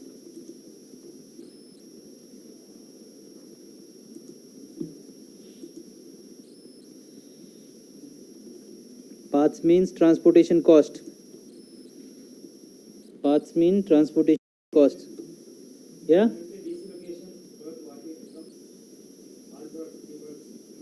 TC.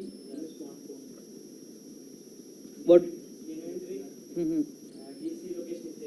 Yes. What do you keep? Do you keep smartphone, chip or display? Why don't you keep chip and display? That is our finished product. Smartphone is this finished product. At manufacturing plant, we are using chip and display to make that smartphone.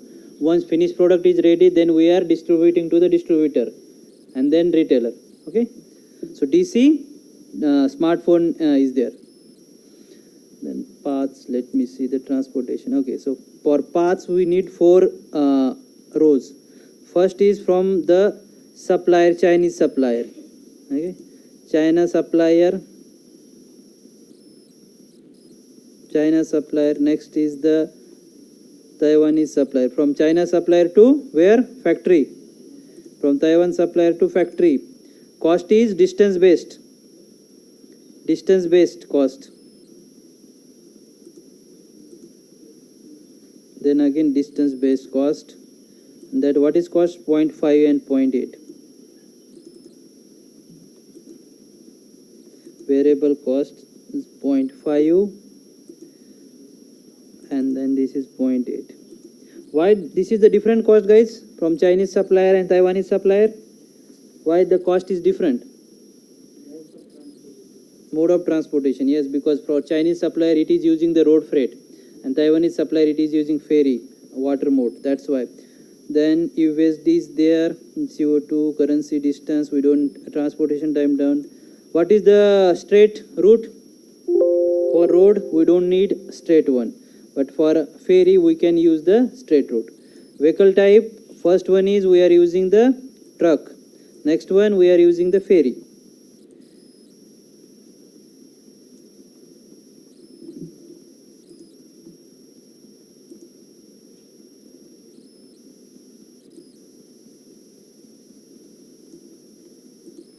What is the next? Then factory, and this is done. Now from factory to DC. Why didn't I group here, guys? Why didn't I create any groups here? Why? Because there are no multiple distribution center, there are no multiple what do we say, factories. There are multiple suppliers, but you cannot, there is no use of grouping here. Why? If you group those, because different mode of transportation is there, cost is different. So that's why we need to make them individually. So factory location to DC location, what is the cost? I think this is fixed, product and distance based. Okay, so this is product and distance based, and then this is 0.01.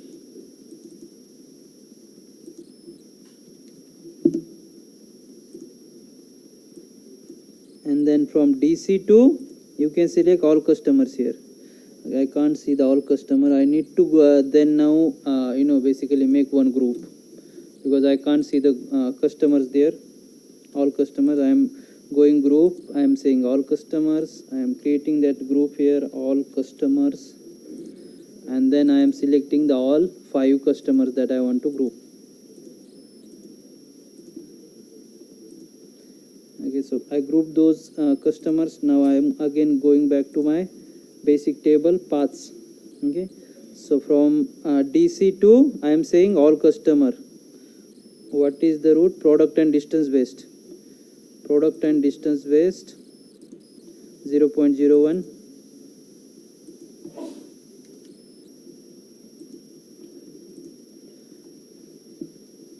Transportation time is 2 days here. Why do you need 2 days? It is given basically. Transportation time from factory to DC is 2 days. And what about this straight, guys? Do I need to activate here straight? No, why? Where? I am saying last second. For last seconds, we need the straight routes. Aeroplane, it takes the straight routes. That's why these straight buttons, these 2 buttons will be activated here. Did you get the purpose of these buttons? Basically, straight routes means whether it is taking the straight routes or actual road routes. Vehicle type done. Name. Okay. So this table is already paths. Now next is periods. Do you need to change anything here? No. Products. Products, we already defined the products. Then shipping. We need to define the shipping here.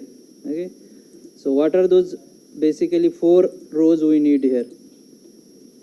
So first is the, you can say all suppliers, or you can say Chinese supplier. Chinese supplier to destination. Where is the destination? Important thing. Inbuilt option is selected all customers. First untick this one and then only select the factory. In shipping table, this is the problem. Inbuilt all customer is selected. Untick that one and then select factory. Product, what does Chinese supplier supply? Cheap or display? Cheap. Okay. A vehicle type, truck. Less than truckload policy, am I right? Or is it full truckload? I don't know. Check it. Less than. Parameters, partial delivery. First in, first out. Start time, end time. Then next is the your Taiwanese supplier. To the, again, untick all customers and send the factory. Products, display. Ferry, less than truckload, partial delivery, done. Shall I slow down or are you following me? Slow down? Okay, do it now. Do it, take your time. It's 5:49. We have to go to department as well. Don't worry, I have to go there as well. I am also coming there. Okay, don't worry. Everybody must have the bike, am I right? Or is there anybody? Okay, just give me 10 minutes. We'll sort out in before 5-10 minutes. Okay, we want to finish this one. Without finishing, we are not going.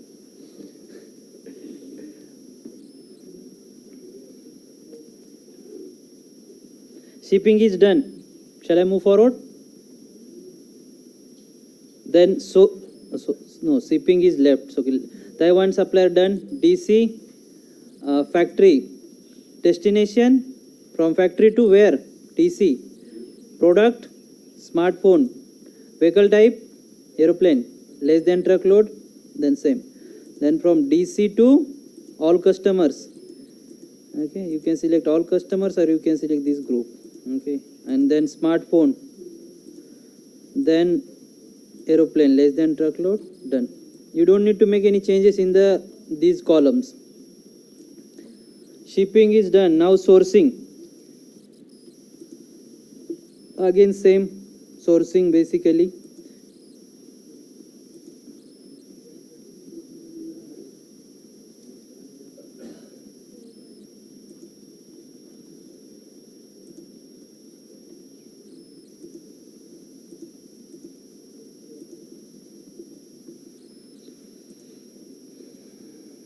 Okay, sourcing, I am saying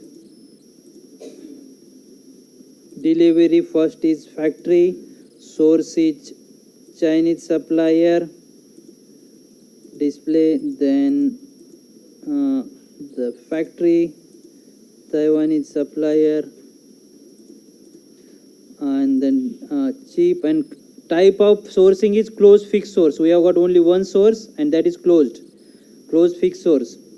Then delivery destination is DC and source is factory, products is smartphone, again closed fixed source. We don't have multiple factories. And then all customers, and from DC it will go and they will send the smartphone. Only initial 4 columns you define, rest of the 3 columns you don't need to make any changes. Vehicle types we have already done. So what left? Anything else? Did I miss anything?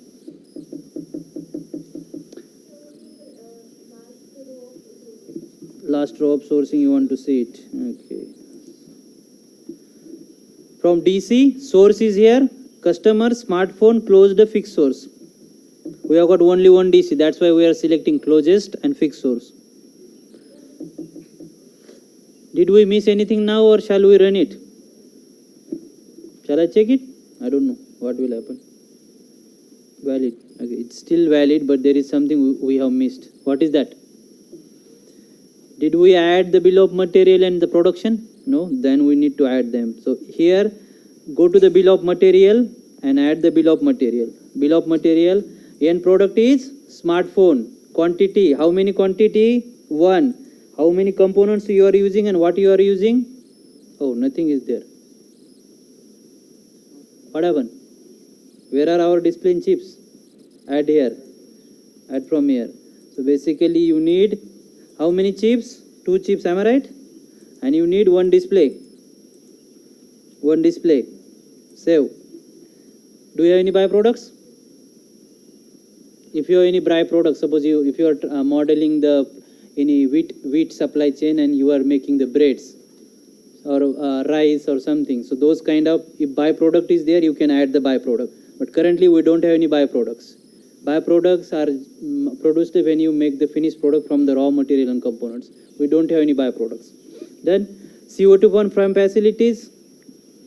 We don't have CO2 fund, cash account, customers done, DCs and factories done.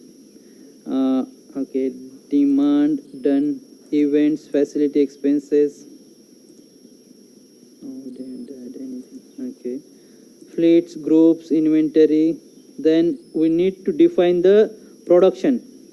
How much, so production, I am saying factory, product is smartphone. We are following the simple make policy. And what is the unit here they are using? 0.01 day. So 0.01 day. 0.01 day.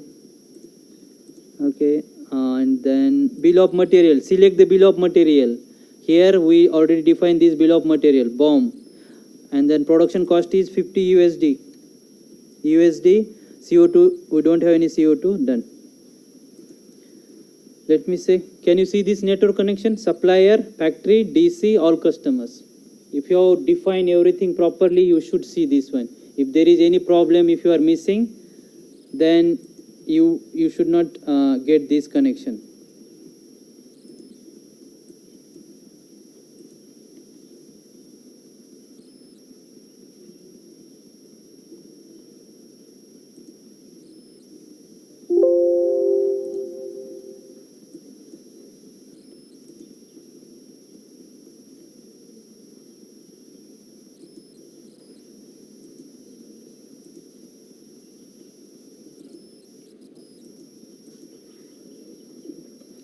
Okay, so let's start the simulation now. First, let me check the validity. Yes, it's valid simulation.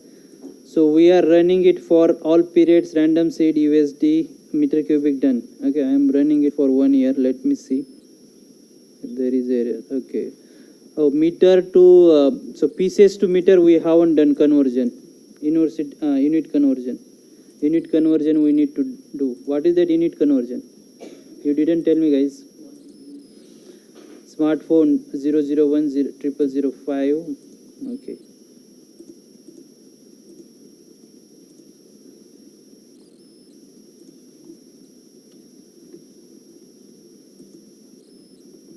So smartphone, I am saying smartphone 1 unit 2 0.001 done. Then this is 0.005 0.12345 done. Okay, and then this is the display, this is the chip. Okay, hopefully it should be fine now. Valid. Okay, run it.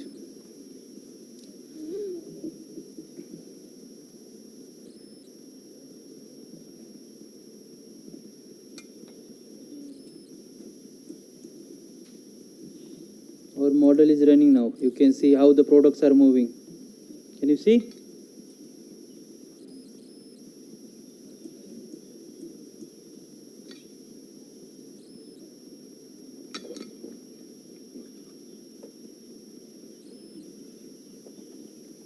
How do I make it fast?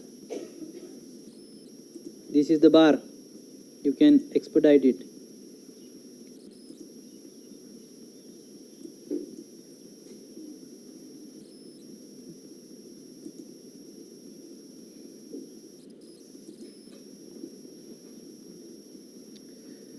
What is the profit?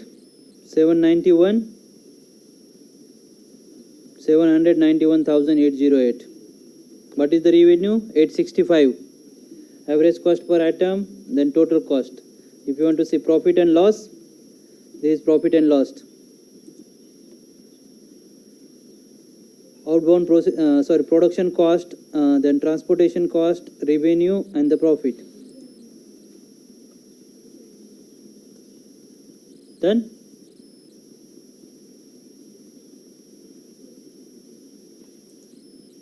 You can then variation experiment. Okay, so if you go to this variation experiment, then all periods use replication. I am saying, okay, I don't want replication. Add variable parameter. I am saying add variable parameter. What you want to vary? I want to vary the demand. Okay, suppose I want to vary the demand or location paths. Demand object. Okay, so demand of what? Demand, I want to change the demand of one customer. Brazil. Tell me the demand, existing demand of Brazil. What is the existing? 21?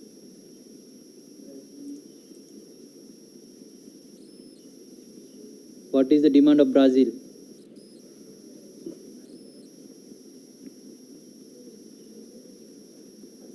What is it? 9. So here I am saying I want to change the quantity and then variation, number range. So I am saying that 9 is there. I want to see what happen if the range of that Brazil demand, it goes from say 2 to 9 or 2 to 15, something like that. So I am saying minimum it should start from 3, maximum I would say 25, and the step, what change you want, what step between that range. So I am saying, okay, let me see, 4, step is 3, okay, let me add it. Done. Demand, we have rest of the things remain common, and let's see what happens.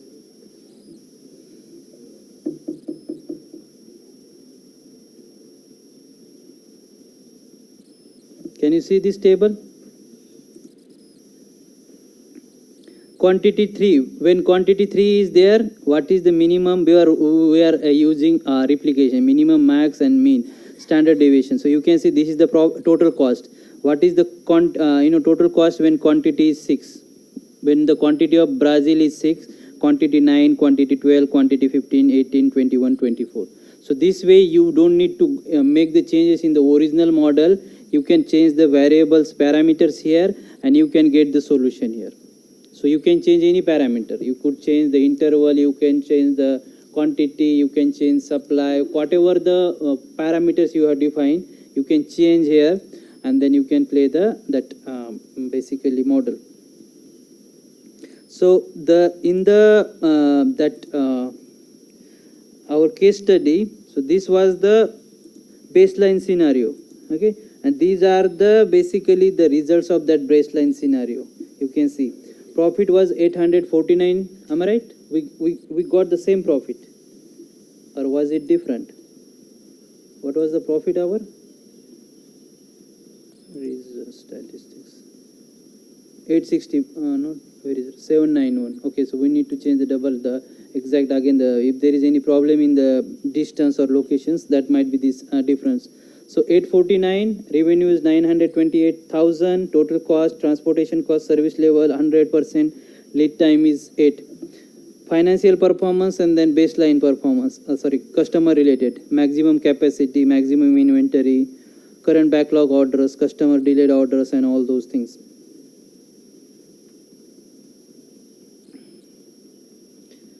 Are there any back orders? No. Why there are no back orders? We did not allow the back order policy, that's why. Now this is an optimistic scenario. Okay, so that was the baseline scenario. The team, the supply chain manager, they did some analysis, and what they found, they wanted to do the optimistic and pessimistic scenario, positive and negative. So this is the table for your positive market. So here you can see the interval is same, 10 days, only the quantity we have changed. So what do you need to do now you need to make the second copy of that simulation experiment. You need to go to the demand table, you need to update the quantity, lead time remains same, and rest of the parameters will remain same, and run the model then. Okay, then we'll see what is the positive market. Then this is the negative market, pessimistic scenario. What happens when demand is down? So your quantities, you can say 7, 3, 2, 1, interval is same, lead time is same, only quantity, the demand reduced here. And this is the comparison. So baseline 78, profit is 849. Pessimistic, you can say 405. Why this down? Because our demand is down. Optimistic, more than 1 million.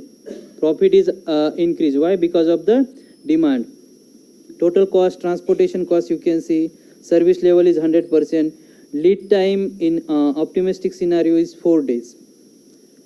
What do you think? What is the reason behind that?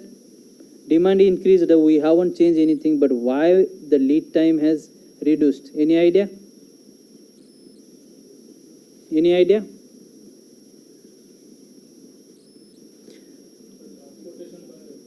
What was our transportation policy? When you get the more demand, what do you mean? It will become full truckload. That's why your lead time get reduced. Got it?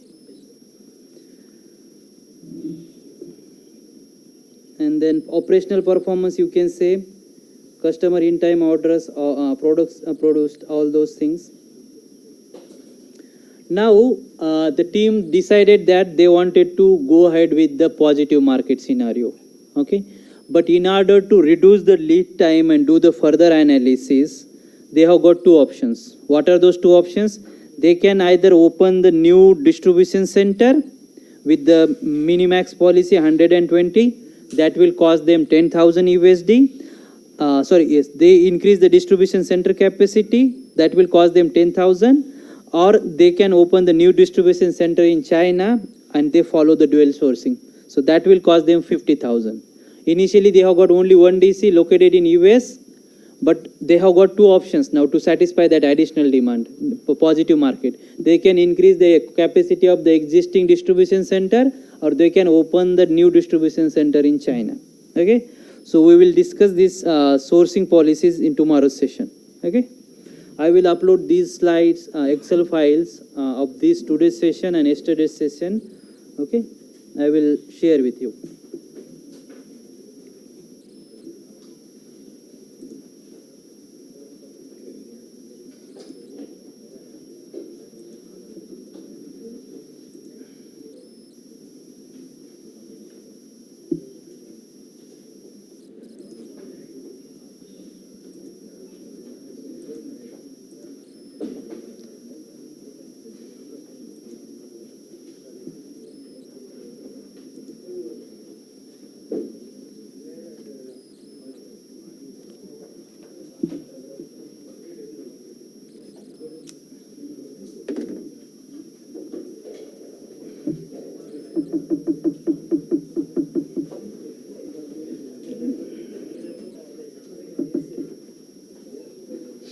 Enjoy.